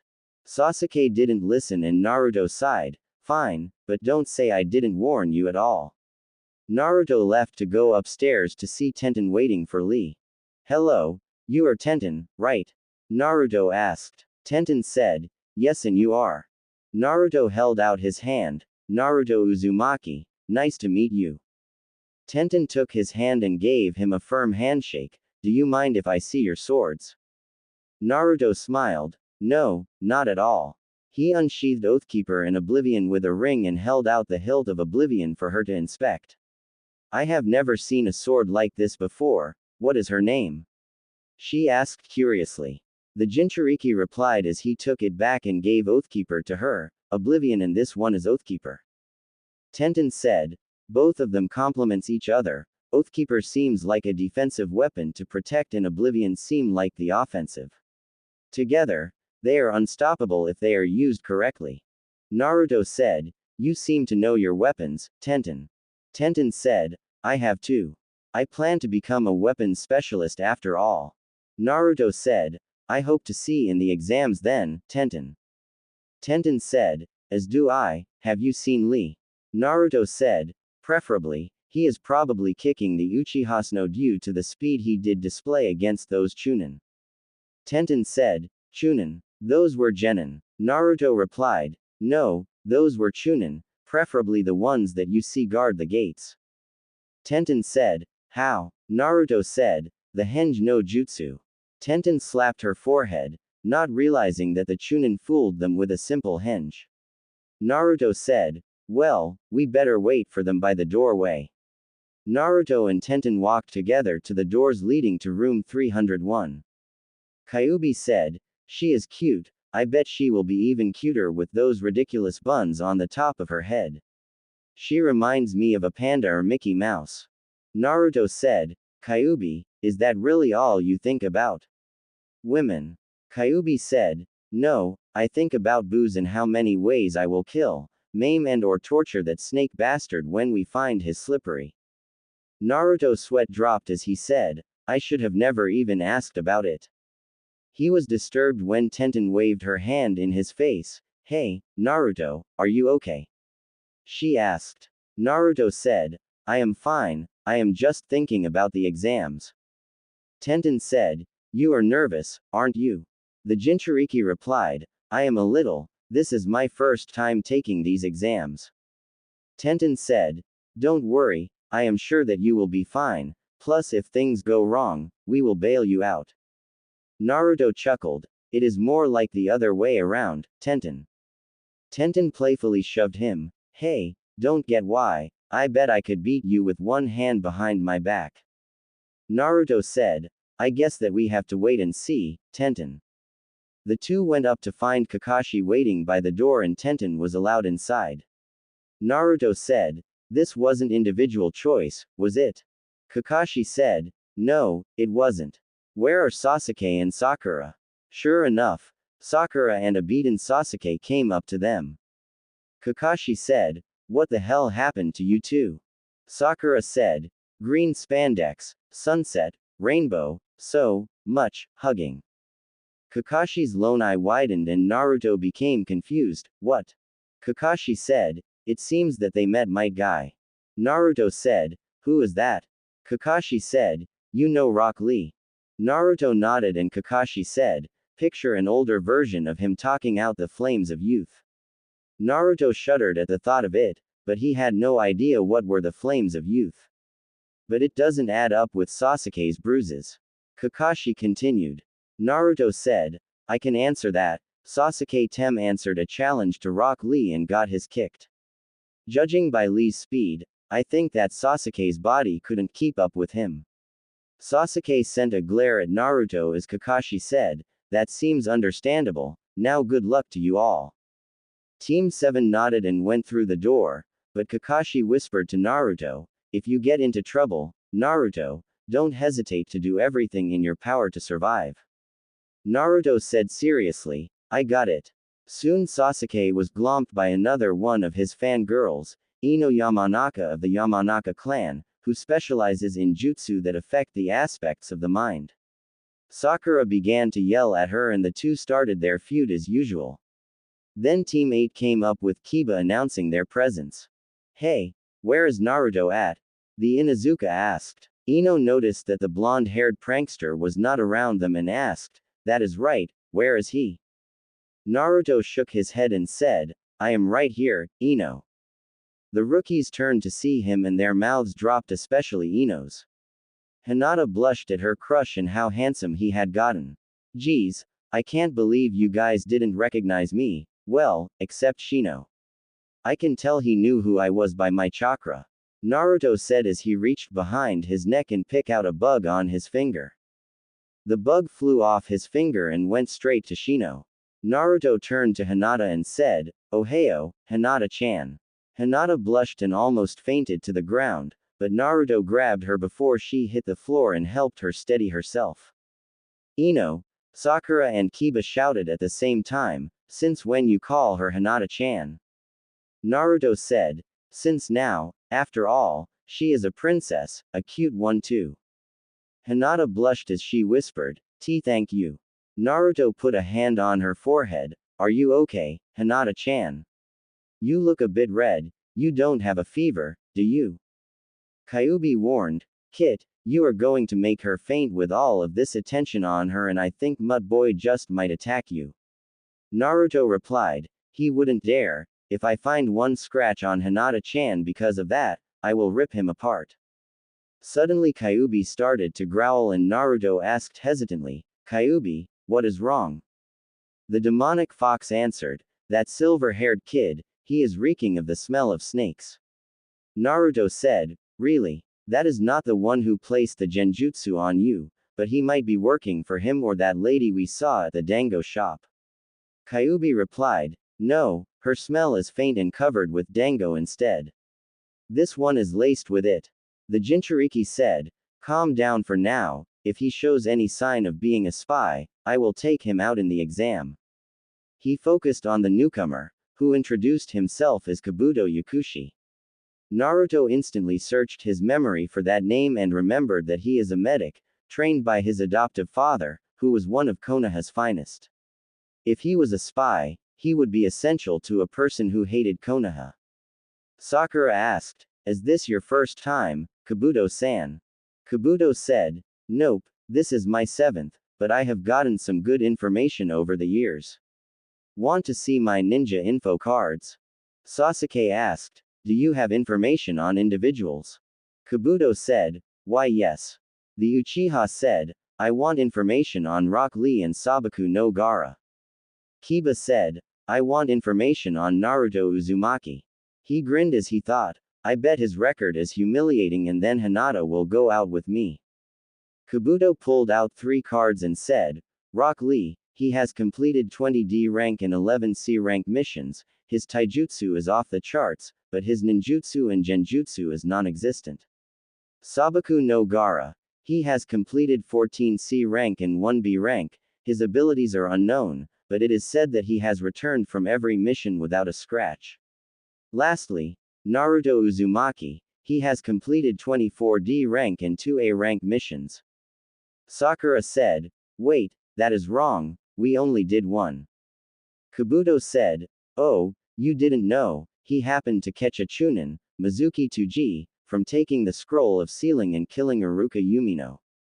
Anyway, he seems to know the Kage Bunshin no Jutsu and his taijutsu has improved along with his kenjutsu. Naruto said, you seem to know a lot about that mission despite the fact that it was classified to the Hokage's eyes only. On top of that, you are Ishide Yakushi's adopted son, who is a chief medical ninja in the Anbu, who was one of Konoha's finest medics at the time. Since he is your father, he taught you everything you know, which means you are a spy. Kabuto laughed. What makes you think so, Naruto-kun? Naruto replied, the fact that you failed this exam 6 times despite the fact you are an accomplished medic and the fact that you smelled a lot like snakes, a smell that is known to only one person who could possibly have the motive to destroy Konoha. Orochimaru, the snake Sannin and S-rank criminal. The place was silent until Kabuto laughed again. You are quite the comedian, Naruto-kun. Me affiliated with Orochimaru. That is very humorous of you to think so. Naruto laughed as well. You are right, Kabuto. To think that you caught me that fast. The rookie 9 sighed in relief, but Kabuto thought, that boy. I am going to have to take him out when Orochimaru-sama separates them from the Uchiha. Naruto thought, I got you, traitor. A man shouted, okay, Genin, pipe down and shut the hell up now. First rule, there will be no fighting whatsoever or I will have to kill you. That man was Ibiki Morino, head of the Torture and Interrogation Division. Ibiki said, good, now everyone will come in a single order fashion to get a paper from one of these Chunin and draw a number. The number will indicate where you will be sitting for the remainder of this part. I will explain the rules when everyone is seated. Soon all of the genin were seated down and Ibiki said, okay, now here are the rules. This test had a grade point system, each question is equal to 1 point. If you get one wrong, you lose a point. Now if you even think of cheating, you lose 2 points, which means there are chances that you will be disqualified. Now this test also depends on your teammates. Your points must meet the requirement of 20 points or more. If you don't, you along with your teammates will be thrown out of the exam. Sasuke and Sakura immediately started to glare at Naruto, but the Jinchuriki smirked as he leaked killing intent, and both of his teammates felt a chill running down their spines whenever they looked at Naruto. Ibiki said, "Now begin." There were a rustling of papers and Naruto looked at his paper to see that the questions were very hard to answer. Naruto thought, Ibiki gave us enough chances to cheat, why would he do that unless he wants us to cheat? Usually if you are caught cheating in the academy, you would be thrown out immediately. Now who has the answers? Naruto's eyes darted around to see Shikamaru 2 rows ahead of him, but he was sleeping on top of his test. Sakura was 3 rows to his left behind him, and then he noticed that Hinata was beside him. Hinata used her Byakugan to cheat and then looked over to Shikamaru to see his paper, which was filled with the correct answers. She wrote them down quickly and deactivated it before anyone could see. Looks like I have to use Hinata-chan for my answers. Gomen, Hinata-chan, but I have to pass. Naruto looked down at his test, pretending that he was thinking and concentrated on focusing his chakra. Near the lamp where there were mirrors, Naruto used the moisture in the air to form an ice mirror and directed it to Hinata's paper. Naruto smirked and began to write the answers down quickly before anyone caught on to his scheme. He noticed that Sasuke used his Sharingan to copy the person's pencil movements, Tenten used the mirrors to help her and Lee with the answers, and Gaara used sand to blind and looked a random Genin's paper. Naruto found Hinata was glancing to her left to watch his movements, so he decided to turn his eyes on her and winked at her. Hinata blushed and turned away while doing her occasional habit of pressing her pointer fingers together. Kyuubi said, "Naruto, stop teasing the poor girl or she will die of blushing." Naruto said, "What? I just show her that I am okay." Ibiki said, "Okay, now for the 10th question, this depends on your answer with a few more rules. If you answer this question incorrectly, you and your team will automatically fail and never be able to take the exam again." Kiba shouted, "That is some bullshit, there are many genin here that were here from last year." Ibiki said, "Too bad, they were lucky enough that they didn't have me. This is my classroom and my rules are law here. Got it, puppy?" The proctor continued, "But I will be nice, if you don't want to answer this question, then you can quit and will be able to take the exam again. Now for those of you who don't want to take the 10th question, raise your hand now." Many hands rose up in the air in silence as various ninja and their teams failed due to their fear. When Naruto noticed that the room was almost empty, he started to laugh, making Ibiki look at him. "What is so funny, Uzumaki?" Ibiki asked. Naruto replied, "The fact that you fooled the idiots who left about being able to ban them from the exams. You used the fear and caused turmoil in their minds to torture themselves. No wonder, you are dubbed as the Mind Reaper, but I don't think it is going to work on us, we are smarter than that." Ibiki thought, "This kid, he is very smart to catch on," and with his words, he diffused the atmosphere I just created. The proctor said with an evil smirk, "Just for that, Uzumaki, you have just sealed this room's fate. As a result, you all pass the first part of the exam." Sakura said, What about the questions and what was the point of the 10th question?" Ibiki replied with a smirk, "You can say that the decision to stay or leave was the last question. The other 9 questions were there to test your information gathering skills. You had to cheat in order to pass, so there were 3 Chunin disguised as genin in the room with the correct answers. Those of you who cheated poorly were eliminated and the team suffered. Sometimes, information is more valuable than life itself. People risk their lives on missions and certain information can be the difference between life and death. People will do anything to acquire it." He revealed the scars in his head. "You must be vigilant if the enemy happens to capture you and endure any pain." Sasuke thought, the aftereffects of torture. A black form burst through the window, laughing at the examinees. All of the students' eyes went wide as the newly revealed Kunoichi threw 2 kunai into the ceiling, pinning the black cloth that previously surrounded the kunoichi to the ceiling of the room. The figure wore a tan trench coat, a fishnet bodysuit and orange skirt. She started to speak in a demanding tone. I am Mitarashi Anko, your second examiner for the Chunin exams. Now everyone get off your asses and follow me to training ground 44. Omake, is this your first time, Kabuto-san? Sakura asked. Kabuto said, no, this is my 7th time, but over the years, I have defeated some people and gained powerful cards. Want to see my Pokemon cards? Naruto took out Oathkeeper and Oblivion to cut off Kabuto's head. Sakura yelled, Naruto, why did you do that? He just wanted to show us his Pokemon cards. Naruto said, you are so stupid, Sakura. Sakura said, what? Ino said, Kabuto was a spy. Sakura said, what? How? The rest of the Rookie 9 said, because this is Yu-Gi-Oh! Town. The woman known as Anko Mitarashi looked over the genin and turned to Ibiki. You passed 26 teams, Ibiki. Are you losing your touch?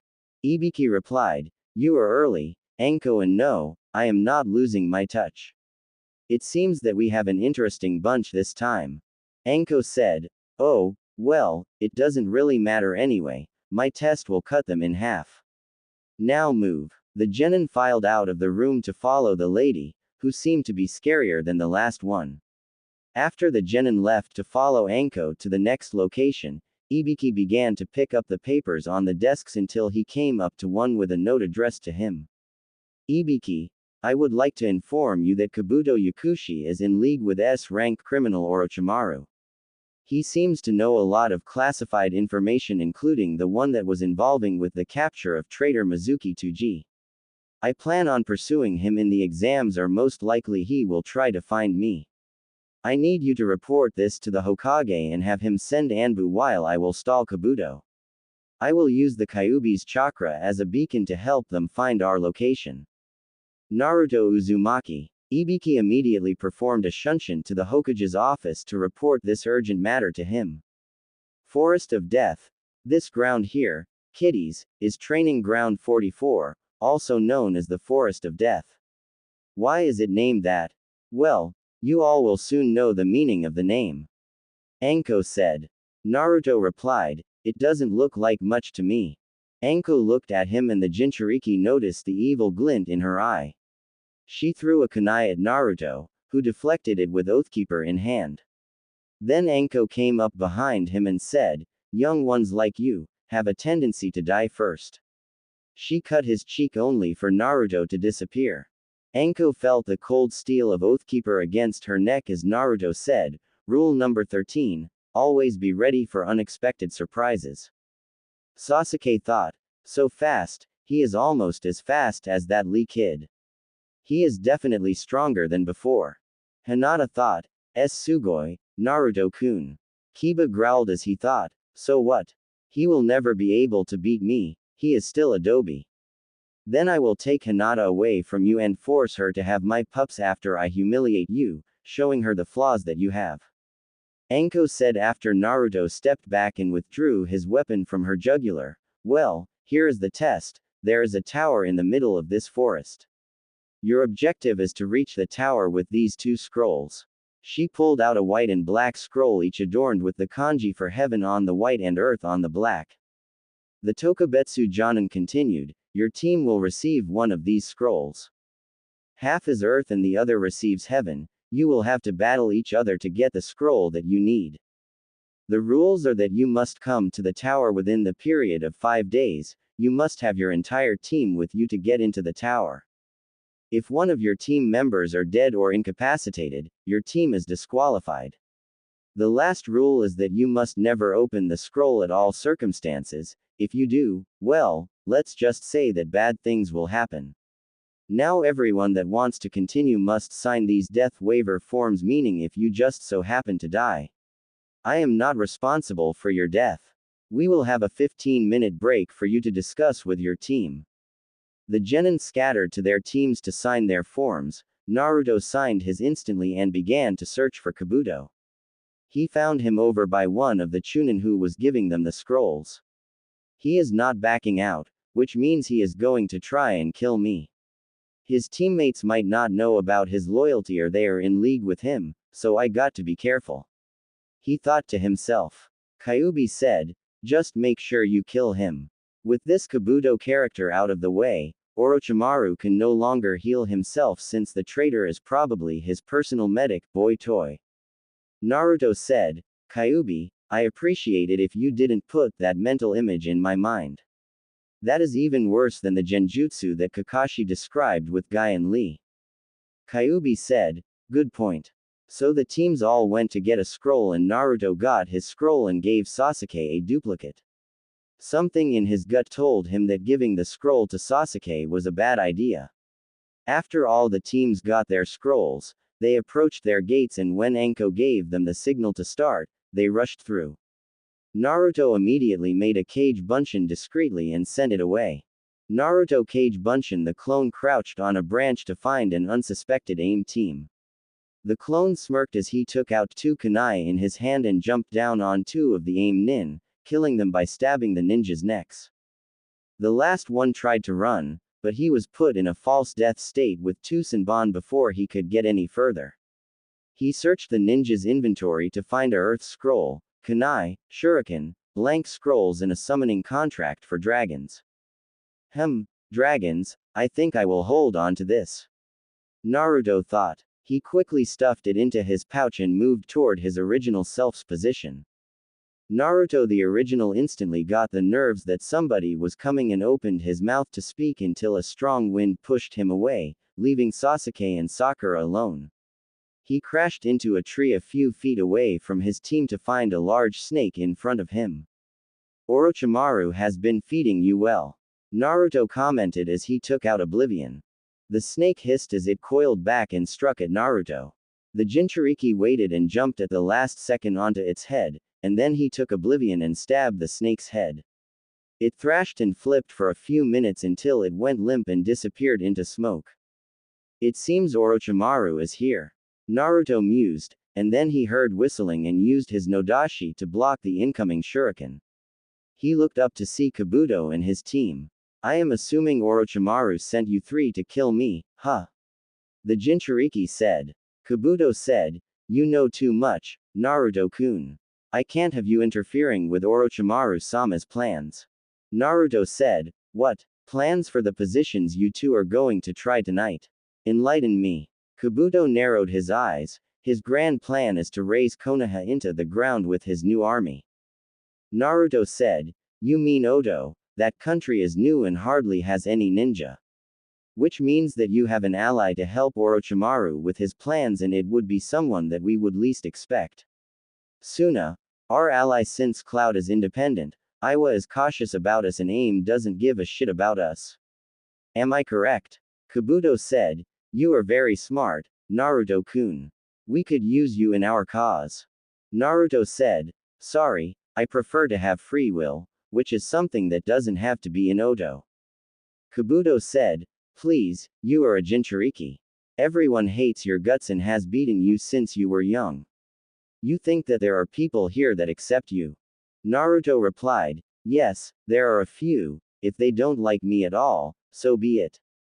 I don't give a damn about what they say because as long as there are people that I know care about me, I will protect this village to my last breath. Kabuto said, then this is the end, Yoroi, go. Yoroi attacked Naruto, who back-flipped and dodged his punch. Yoroi suddenly did hand signs and his hands were covered with chakra. Does he know medical jutsu too? Naruto thought to himself. Yoroi ran at him, trying to hit him with his chakra-infused fist, but the Jinchuriki dodged him. Finally Naruto grabbed his forearm and broke in with a single swing, and then cut off Yoroi's other arm. Yoroi screamed in pain, but Naruto silenced him by bringing his sword down on Yoroi's head. The Jinchuriki flicked off blood from Oblivion and Kyuubi shouted, Kit, behind you. Naruto turned to see Masumi behind him and caught his forearm, but the weird thing was that Masumi's arm bended around his own and Masumi caught him in a chokehold. Masumi cracked his neck and Naruto disappeared in a puff of smoke. Masumi said, what? Suddenly a sword burst from his chest and Masumi gasped in pain. How did you? Naruto said, I used Cage Bunshin earlier since I sensed you three watching me in case the snake didn't eat me. Then I kawari me with it when your arm twisted around mine. Goodbye, traitor. Naruto twisted the sword to make the hole bigger and Masumi died before he hit the ground. The Jinchuriki said, pointing his sword at Kabuto, it is your turn, Kabuto. Kabuto said, please, you can't defeat me, I may be a genin, but I am on par with your sensei Kakashi in power. Naruto said, rule number 3, never underestimate your opponent. Kabuto did hand signs and chakra covered his hands, which Naruto took out Oathkeeper and moved into a stance. Kabuto charged at him, striking at Naruto's head, but the Jinchuriki jumped back while swinging Oathkeeper at Kabuto's face. Kabuto moved back to avoid the strike by a slim margin and retaliated with a strike on his own. His hand was able to touch Naruto's bicep and Naruto recoiled back, his arm became limp. Damn it, he cut the muscle. Kyuubi. Kyuubi said, I am working on it, it will be up and running in 7 minutes. In the meantime, try to kill that. Naruto thought, working on it, Kabuto's strong. Naruto used the time to dodge Kabuto's attacks with his chakra scalpels and kunai at him. Just give up, Naruto-kun. You are nothing to Orochimaru or me. Kabuto said. The Jinchuriki said, coming from the submissive one who plays doctor with his master is a lot. Orochimaru must have you on a long leash to speak of him so highly. Kabuto said, do not speak of Orochimaru-sama like that. He is a great leader. Naruto replied, sure, if he was a great leader, then why he isn't Hokage? Oh, I know, because he is a complete sociopath, I mean, sure, he was a great scientist and all, but using people for painful experiments and most of them were comrades. I rather go to Iowa than serve under his gaze. Kabuto bristled in anger, I am warning you, Uzumaki. Naruto said, ah, you're mad, what are you going to do to me? You are nothing but a submissive bitch to Orochimaru. You actually think that he cares? Please, you are alive because of your skills and when your time runs out, he will discard you and find a new boy toy to play with. It is just that simple, Kabuto Tem. Kabuto roared, I am definitely going to enjoy carving your heart out piece by piece. Naruto felt the feeling in his arm and sheathed his swords as he called on the Kyuubi's chakra, making the demon fox's cloak surround his entire body. Come and try, snake bitch.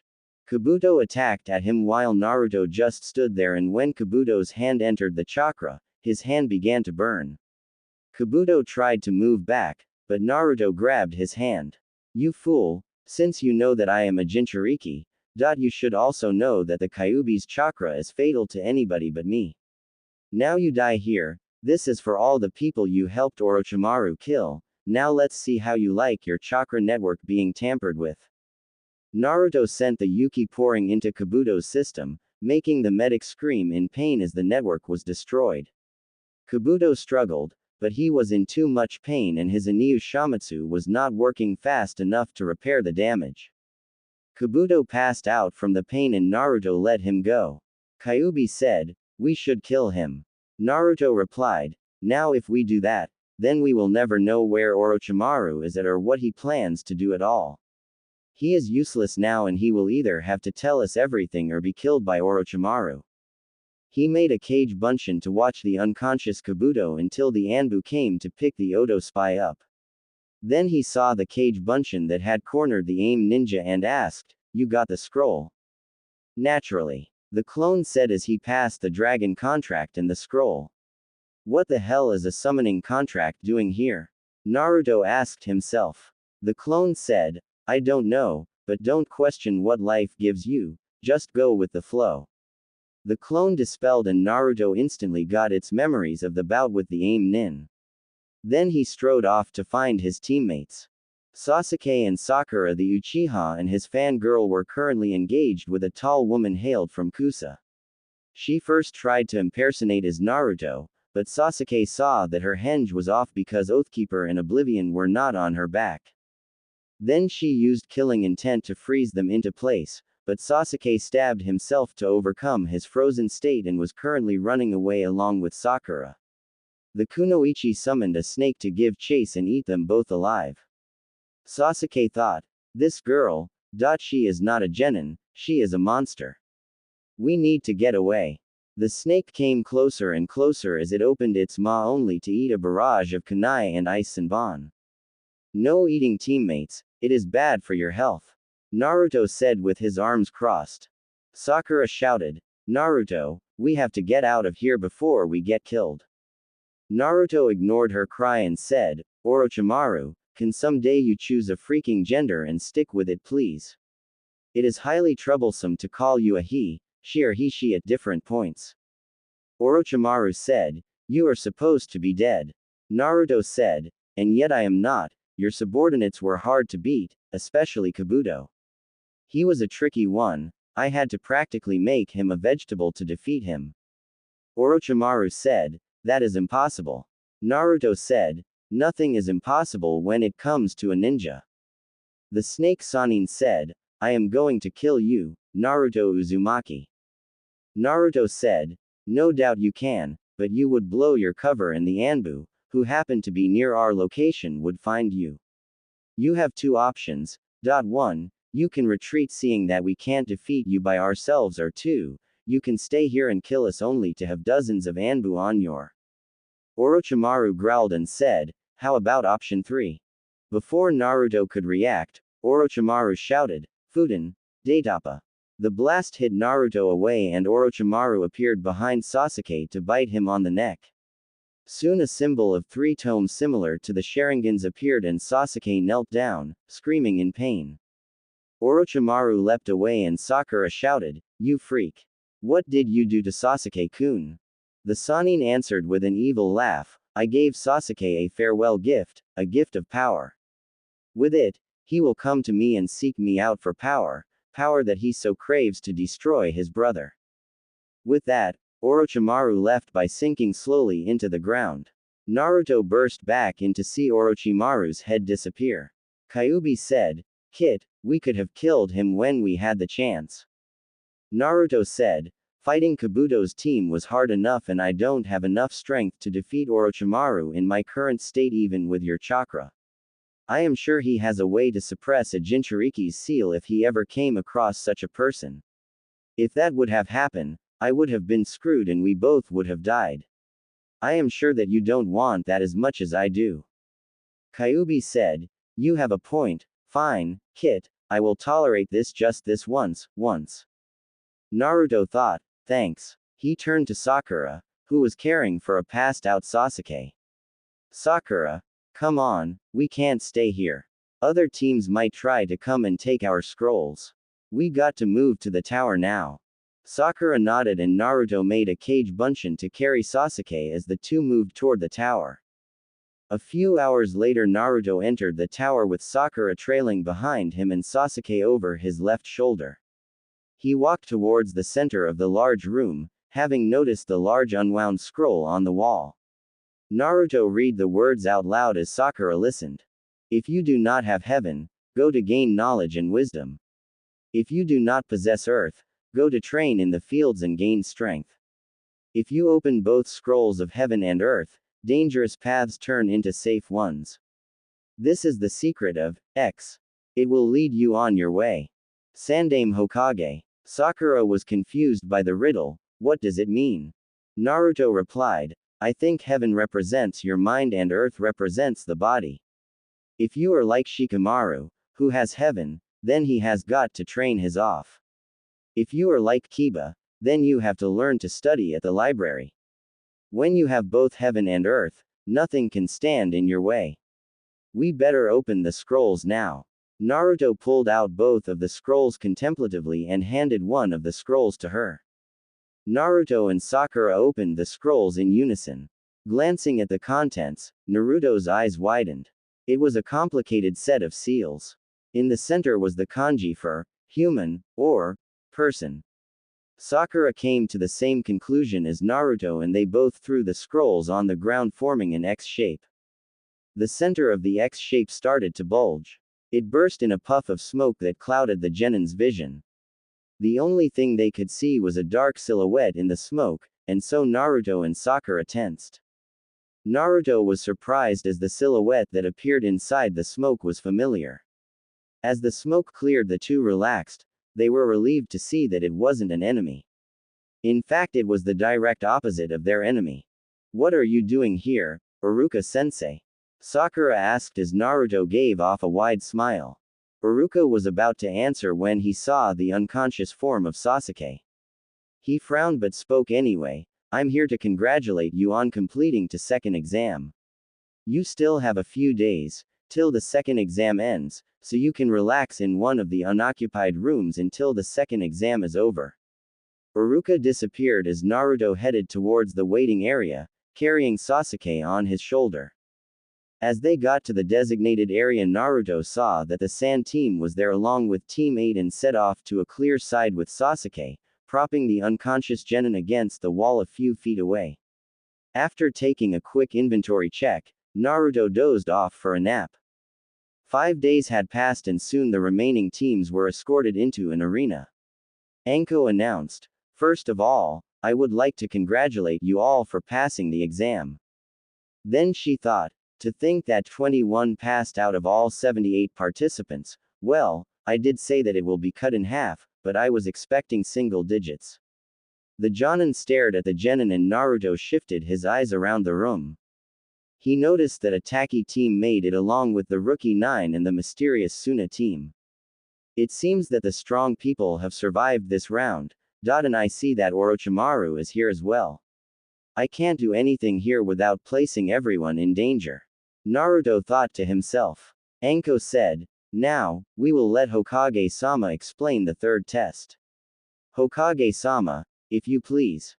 Sarutobi nodded. "Thank you, Anko. First, I personally congratulate you on passing the second part of this exam. Before we begin, I would like to inform you about the true reason of this exam." The genin perked up at the Hokage's words. "True reason," Sakura thought. "Why do we have all the allied countries taking the exam together?" Sarutobi asked rhetorically. "To promote friendship among the countries, to raise the level of shinobi." Please don't be confused with these sugar-coated words. This exam is, Tenten thought, is. Sarutobi continued, as a technical war between the allied countries. All the genin except Gaara, Shino, and Kabuto's team were shocked.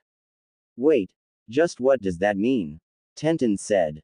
Sarutobi mused, "If we were to go back in time, the allied countries were all enemies. To preserve peace, the Chunin exam selection was born to solve the problem." Kiba shouted, "Why the hell we have to do that shit? Is this for deciding Chunin?" Sarutobi answered, "Yes, that is correct, but also this exam has another side. You are risking your own lives to fight for your respected village's prestige. The ones watching the exam will be leaders and influential individuals, also each daimyo will be there to watch you fight. If you are considered weak, the country will lose clients and vice versa. It also sends a political message to other countries to show their strength." Lee shouted, "But, why do we have to risk our lives in battle?" Sarutobi replied, "The strength of the country relies on the strength of the village. In turn, the strength of the village lies within the strength of the shinobi, and the strength of the shinobi is at its peak when in danger. It is to show off your own strength, which only has meaning when your life is at risk. That's why those who came before you have fought in the Chunin exam for this dream that is meaningful." Tenten said, "But, why do you say stuff about this exam being for friendship?" The Hokage said, "Like I said, I don't want you to confuse this purpose. By losing life and establishing balance, this is the shape of friendship in the world of the shinobi. Now before we begin the third test, I will tell you one more thing, this is not just a test. This is a battle with your dreams and your country's prestige on the line." Gaara said, "Can you hurry up and tell us what this life-risking battle entails?" The Hokage said, "Hi, I'd like to now explain the third test now, but," then a sickly-looking Jonin interrupted, "Actually, I would like you to allow me, Gecko Hayate, as a referee." Sarutobi said, by all means, Hayate-san. Hayate gets up from his kneeling position and turned to the genin. Hi everyone, I am Hayate, and there is, something that I would like you to do something before the third test. Naruto looked at him with a raised eyebrow. What the hell? This dude looks so sick, but I am guessing that he is using that look for people to underestimate him. Hayate said, it's a preliminary for the third test to decide who gets to participate in the main event. Sakura said softly, preliminaries. Shikamaru shouted, preliminaries. The hell does that mean? Hayate coughed. Simple, there is too many of you since the first and second test has been way too easy for you guys. According to the rules, we must have a preliminary and reduce the number of the participants. As Hokage-sama said, there are many guests here, so the fights will take too long. If those of you feel like quitting may do so now. One of the Taki nin raised his hand. I need to quit, my leg is broken and I just came here to help my team past. Hayate said, your name? The boy answered, Genji Kishimo. Hayate checked off his name and nodded to Genji. Genji nodded to his teammates, Natsumi, Akito, be careful. Natsumi nodded and Akito scoffed as he whispered, I don't need luck. Genji hobbled away from the arena as Hayate scratched off his name. Sasuke watched as he passed the other students and thought, he looks like a weakling anyway. Hayate said, so, no more retiring. Nobody moved from their positions and then the Jonin said, okay, then let's, continue the preliminaries. This preliminary will consist of one-on-one fighting. You will basically fight as if you are in a real-life confrontation. Since we now have an even number, we will conduct 10 matches and obviously the winners will proceed to the third test. Rules. There are no rules, the fight continues until one of you is dead, unconscious or I declare the winner of the match and the object that controls your destiny is. Anko muttered in her mic, open it. A wooden panel opened up to reveal an electric scoreboard. Now let's announce the first match. Hayate said with a cough. The scoreboard began to flash through names as the genin looked on in anticipation. Suddenly the scoreboard stopped on 2 names. Uchiha Sasuke vs. Akito. Sasuke said, HMPH, already the best is always first anyway. Naruto replied, don't get why, Sasuke. Sasuke retorted, whatever, Dobi. Just be sure to give me those swords of yours when you lose against me. Naruto replied, over my dead body. Hayate said, now will the 2 entrants step forward as the rest go upstairs to the balcony. Naruto went to stand beside Hinata and she blushed as he smiled at her, making the Inuzuka growl lowly. Sasuke and Akito faced each other as Hayate said, the 2 participants in the first match are Sasuke Uchiha and Akito of Taki, are you ready? Sasuke said, yeah. Akito said, let's go so I can kick this guys. Natsumi thought, Akito, don't underestimate him, even though you are the son of a noble in Taki, it doesn't mean that you are invincible. Hayate said, fight, since no one cares about the damn Uchiha or his skills, let's just say that he won and move on. Next match is Shino Aburame vs Zaku Abumi. Hayate said. The screen flashed to have Shino Aburame vs. Zaku Abumi. Who the hell is this loser? The idiot said. Shino looked at Zaku and said nothing as he walked downstairs. Hinata asked, do you think that he will be okay? Naruto said, don't worry, Shino may be quiet, but he is strong. I doubt that sound guy could beat him. Hayate said, begin. Zaku attacked first by running close range, hoping to end it quickly. Shino brought up his arm to block his attack and Zaku said, idiot. Zenkuaha. Zaku opened his hand to reveal air holes implanted in his arms and shot a sound wave, blasting Shino off his feet into the ground. Hey, he is done. Shino got up. Are you sure about that? Zaku said, TCH, this time I will get you for sure. Zank. Shino interrupted, I wouldn't do that if I were you. Zaku said, what the hell are you talking about? Then he heard a soft clicking sound and looked behind him to see a horde of bugs converging on his position. Shino said, the way I see you have three choices. The first one is that if you attack me, my Kikaichu bugs will attack you and devour your chakra. The second is if you attack my bugs, then I will have the opportunity to attack you. The third, which should be the smart choice for you, is to give up and you will be able to walk away from this without going to the hospital. Zaku said, it would be wise not to underestimate me, you forget.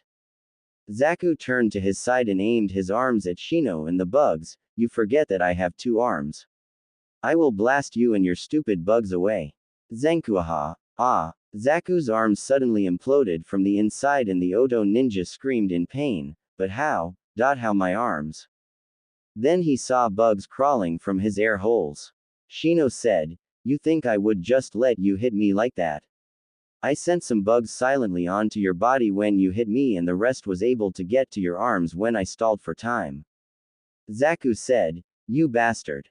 Shino ran at him and sent his opponent a devastating punch to the face. Zaku spun briefly before falling on his face. Hayate said, okay, now the third match, will Sabaku no Kankuro vs. Natsumi. Kankuro said, HMPH, this should be fun. Natsumi's face grew serious as she tightened her hand in a pair of black gloves. There was a strange marking on the palm etched into it. Naruto thought, what is the marking? That looks dangerous. Hayate said, the third match between Natsumi of Taki and Sabaku no Kankuro will commence, ready. Fight. Kankuro came at Natsumi and threw a punch at Natsumi's head. She caught it and whispered, burning touch. Immediately fire erupted from her hand and spread it along Kankuro's body. The bundle fell down and Natsumi moved forward to hover her hand over it. I know that you are in there. Give up or I will have to burn you. She said in monotone. Suddenly a muffled voice said, I give up. Hayate confirmed it as Kankuro unraveled the white tape around his body and said, winner, Natsumi of Taki. Naruto thought, interesting, there were no hand signs that she used against Kankuro. Is it a bloodline or the gloves act like a limiter? Natsumi thought, man, I can't believe that I have to do this as a side mission too. She thought back to the day that she was given the mission. Natsumi, since your team is the only one able to go to the exams, I need you to do an undercover mission with the utmost discretion. I want you to get the seed of the Uchiha clan in your body, that way, we, Takigakure will be able to emerge as a great country. Natsumi shook her head at the thought, why me? The boy is an arrogant prick just like Akito, and I don't even like him at all either. Hayate said, the fourth match will be, Sabaku no Tamari vs. Tenten Higurashi. Naruto looked at Tenten, who smirked at him. The Jinchuriki mouthed, don't lose.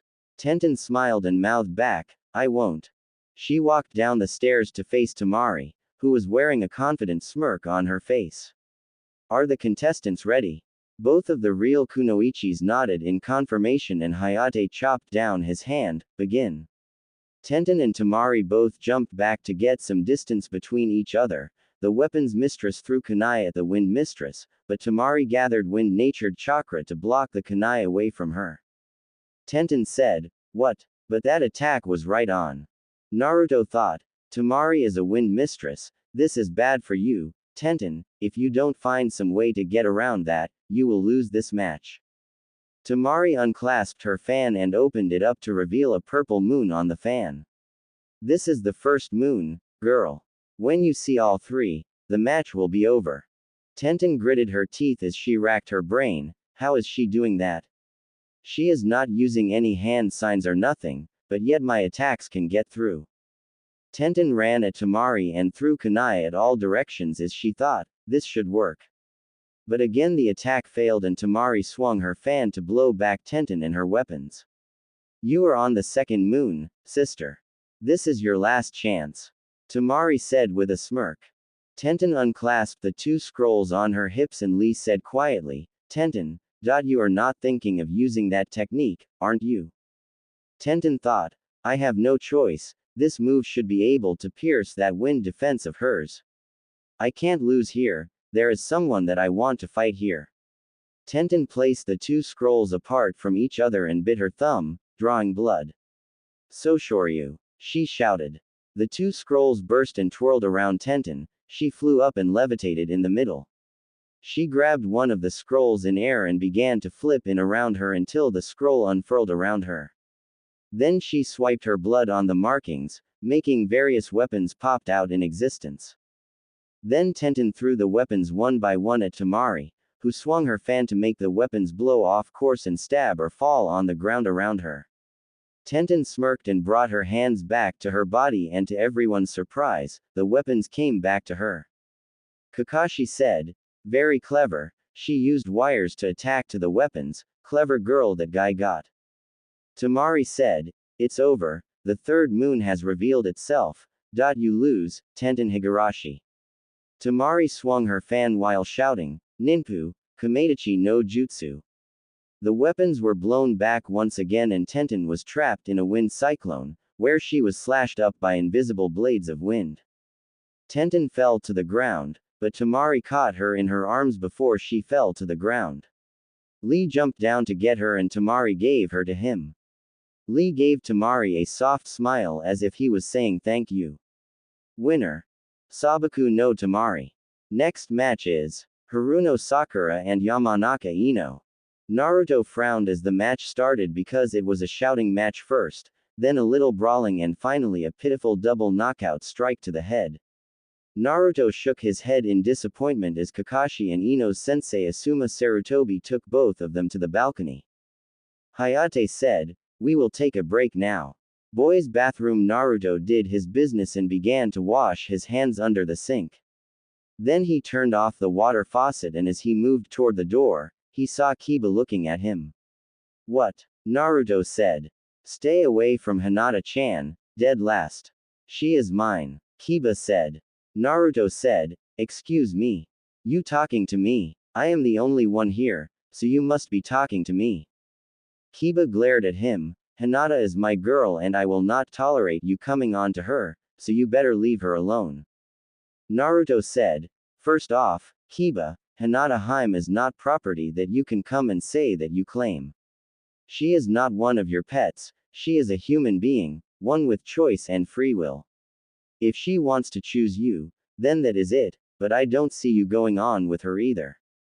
Therefore I can hang out with Hinata Haim if I want to, so don't try to piss me off now." The Jinchuriki strode past Kiba, who grabbed his shoulder and growled, "If you get me as your opponent, I will run you through the ground until there is nothing left." Naruto grabbed his hand and twisted it to the side, making Kiba lean with it in pain. "Don't threaten me, Inuzuka.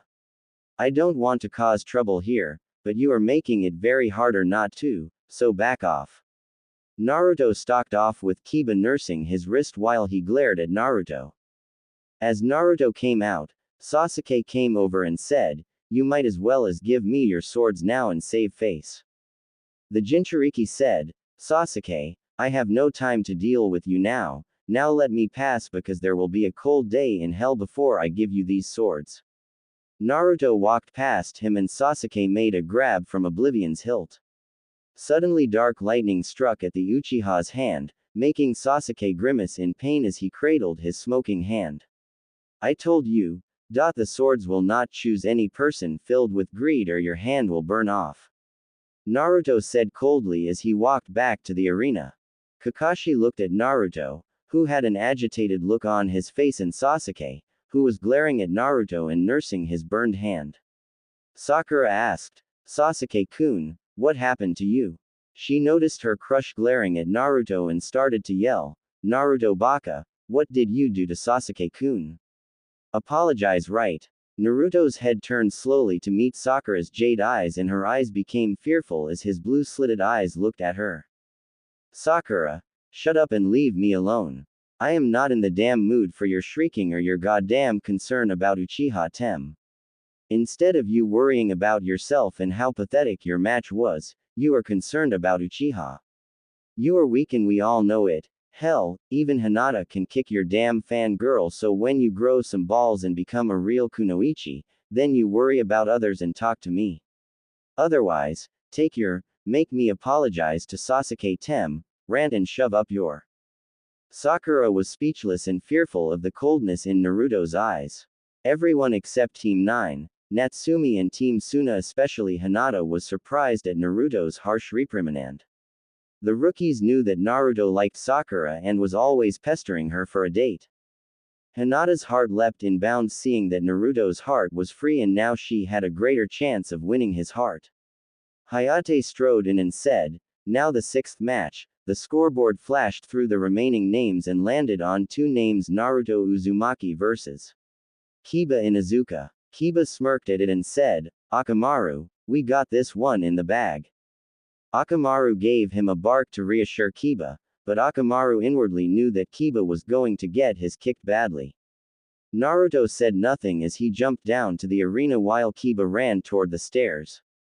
The Inuzuka in his excitement tripped and fell down the rest of the stairs with a resounding thump. Naruto closed one eye as if he felt the last hit. Shino whispered, "Not a nice entrance there, Kiba."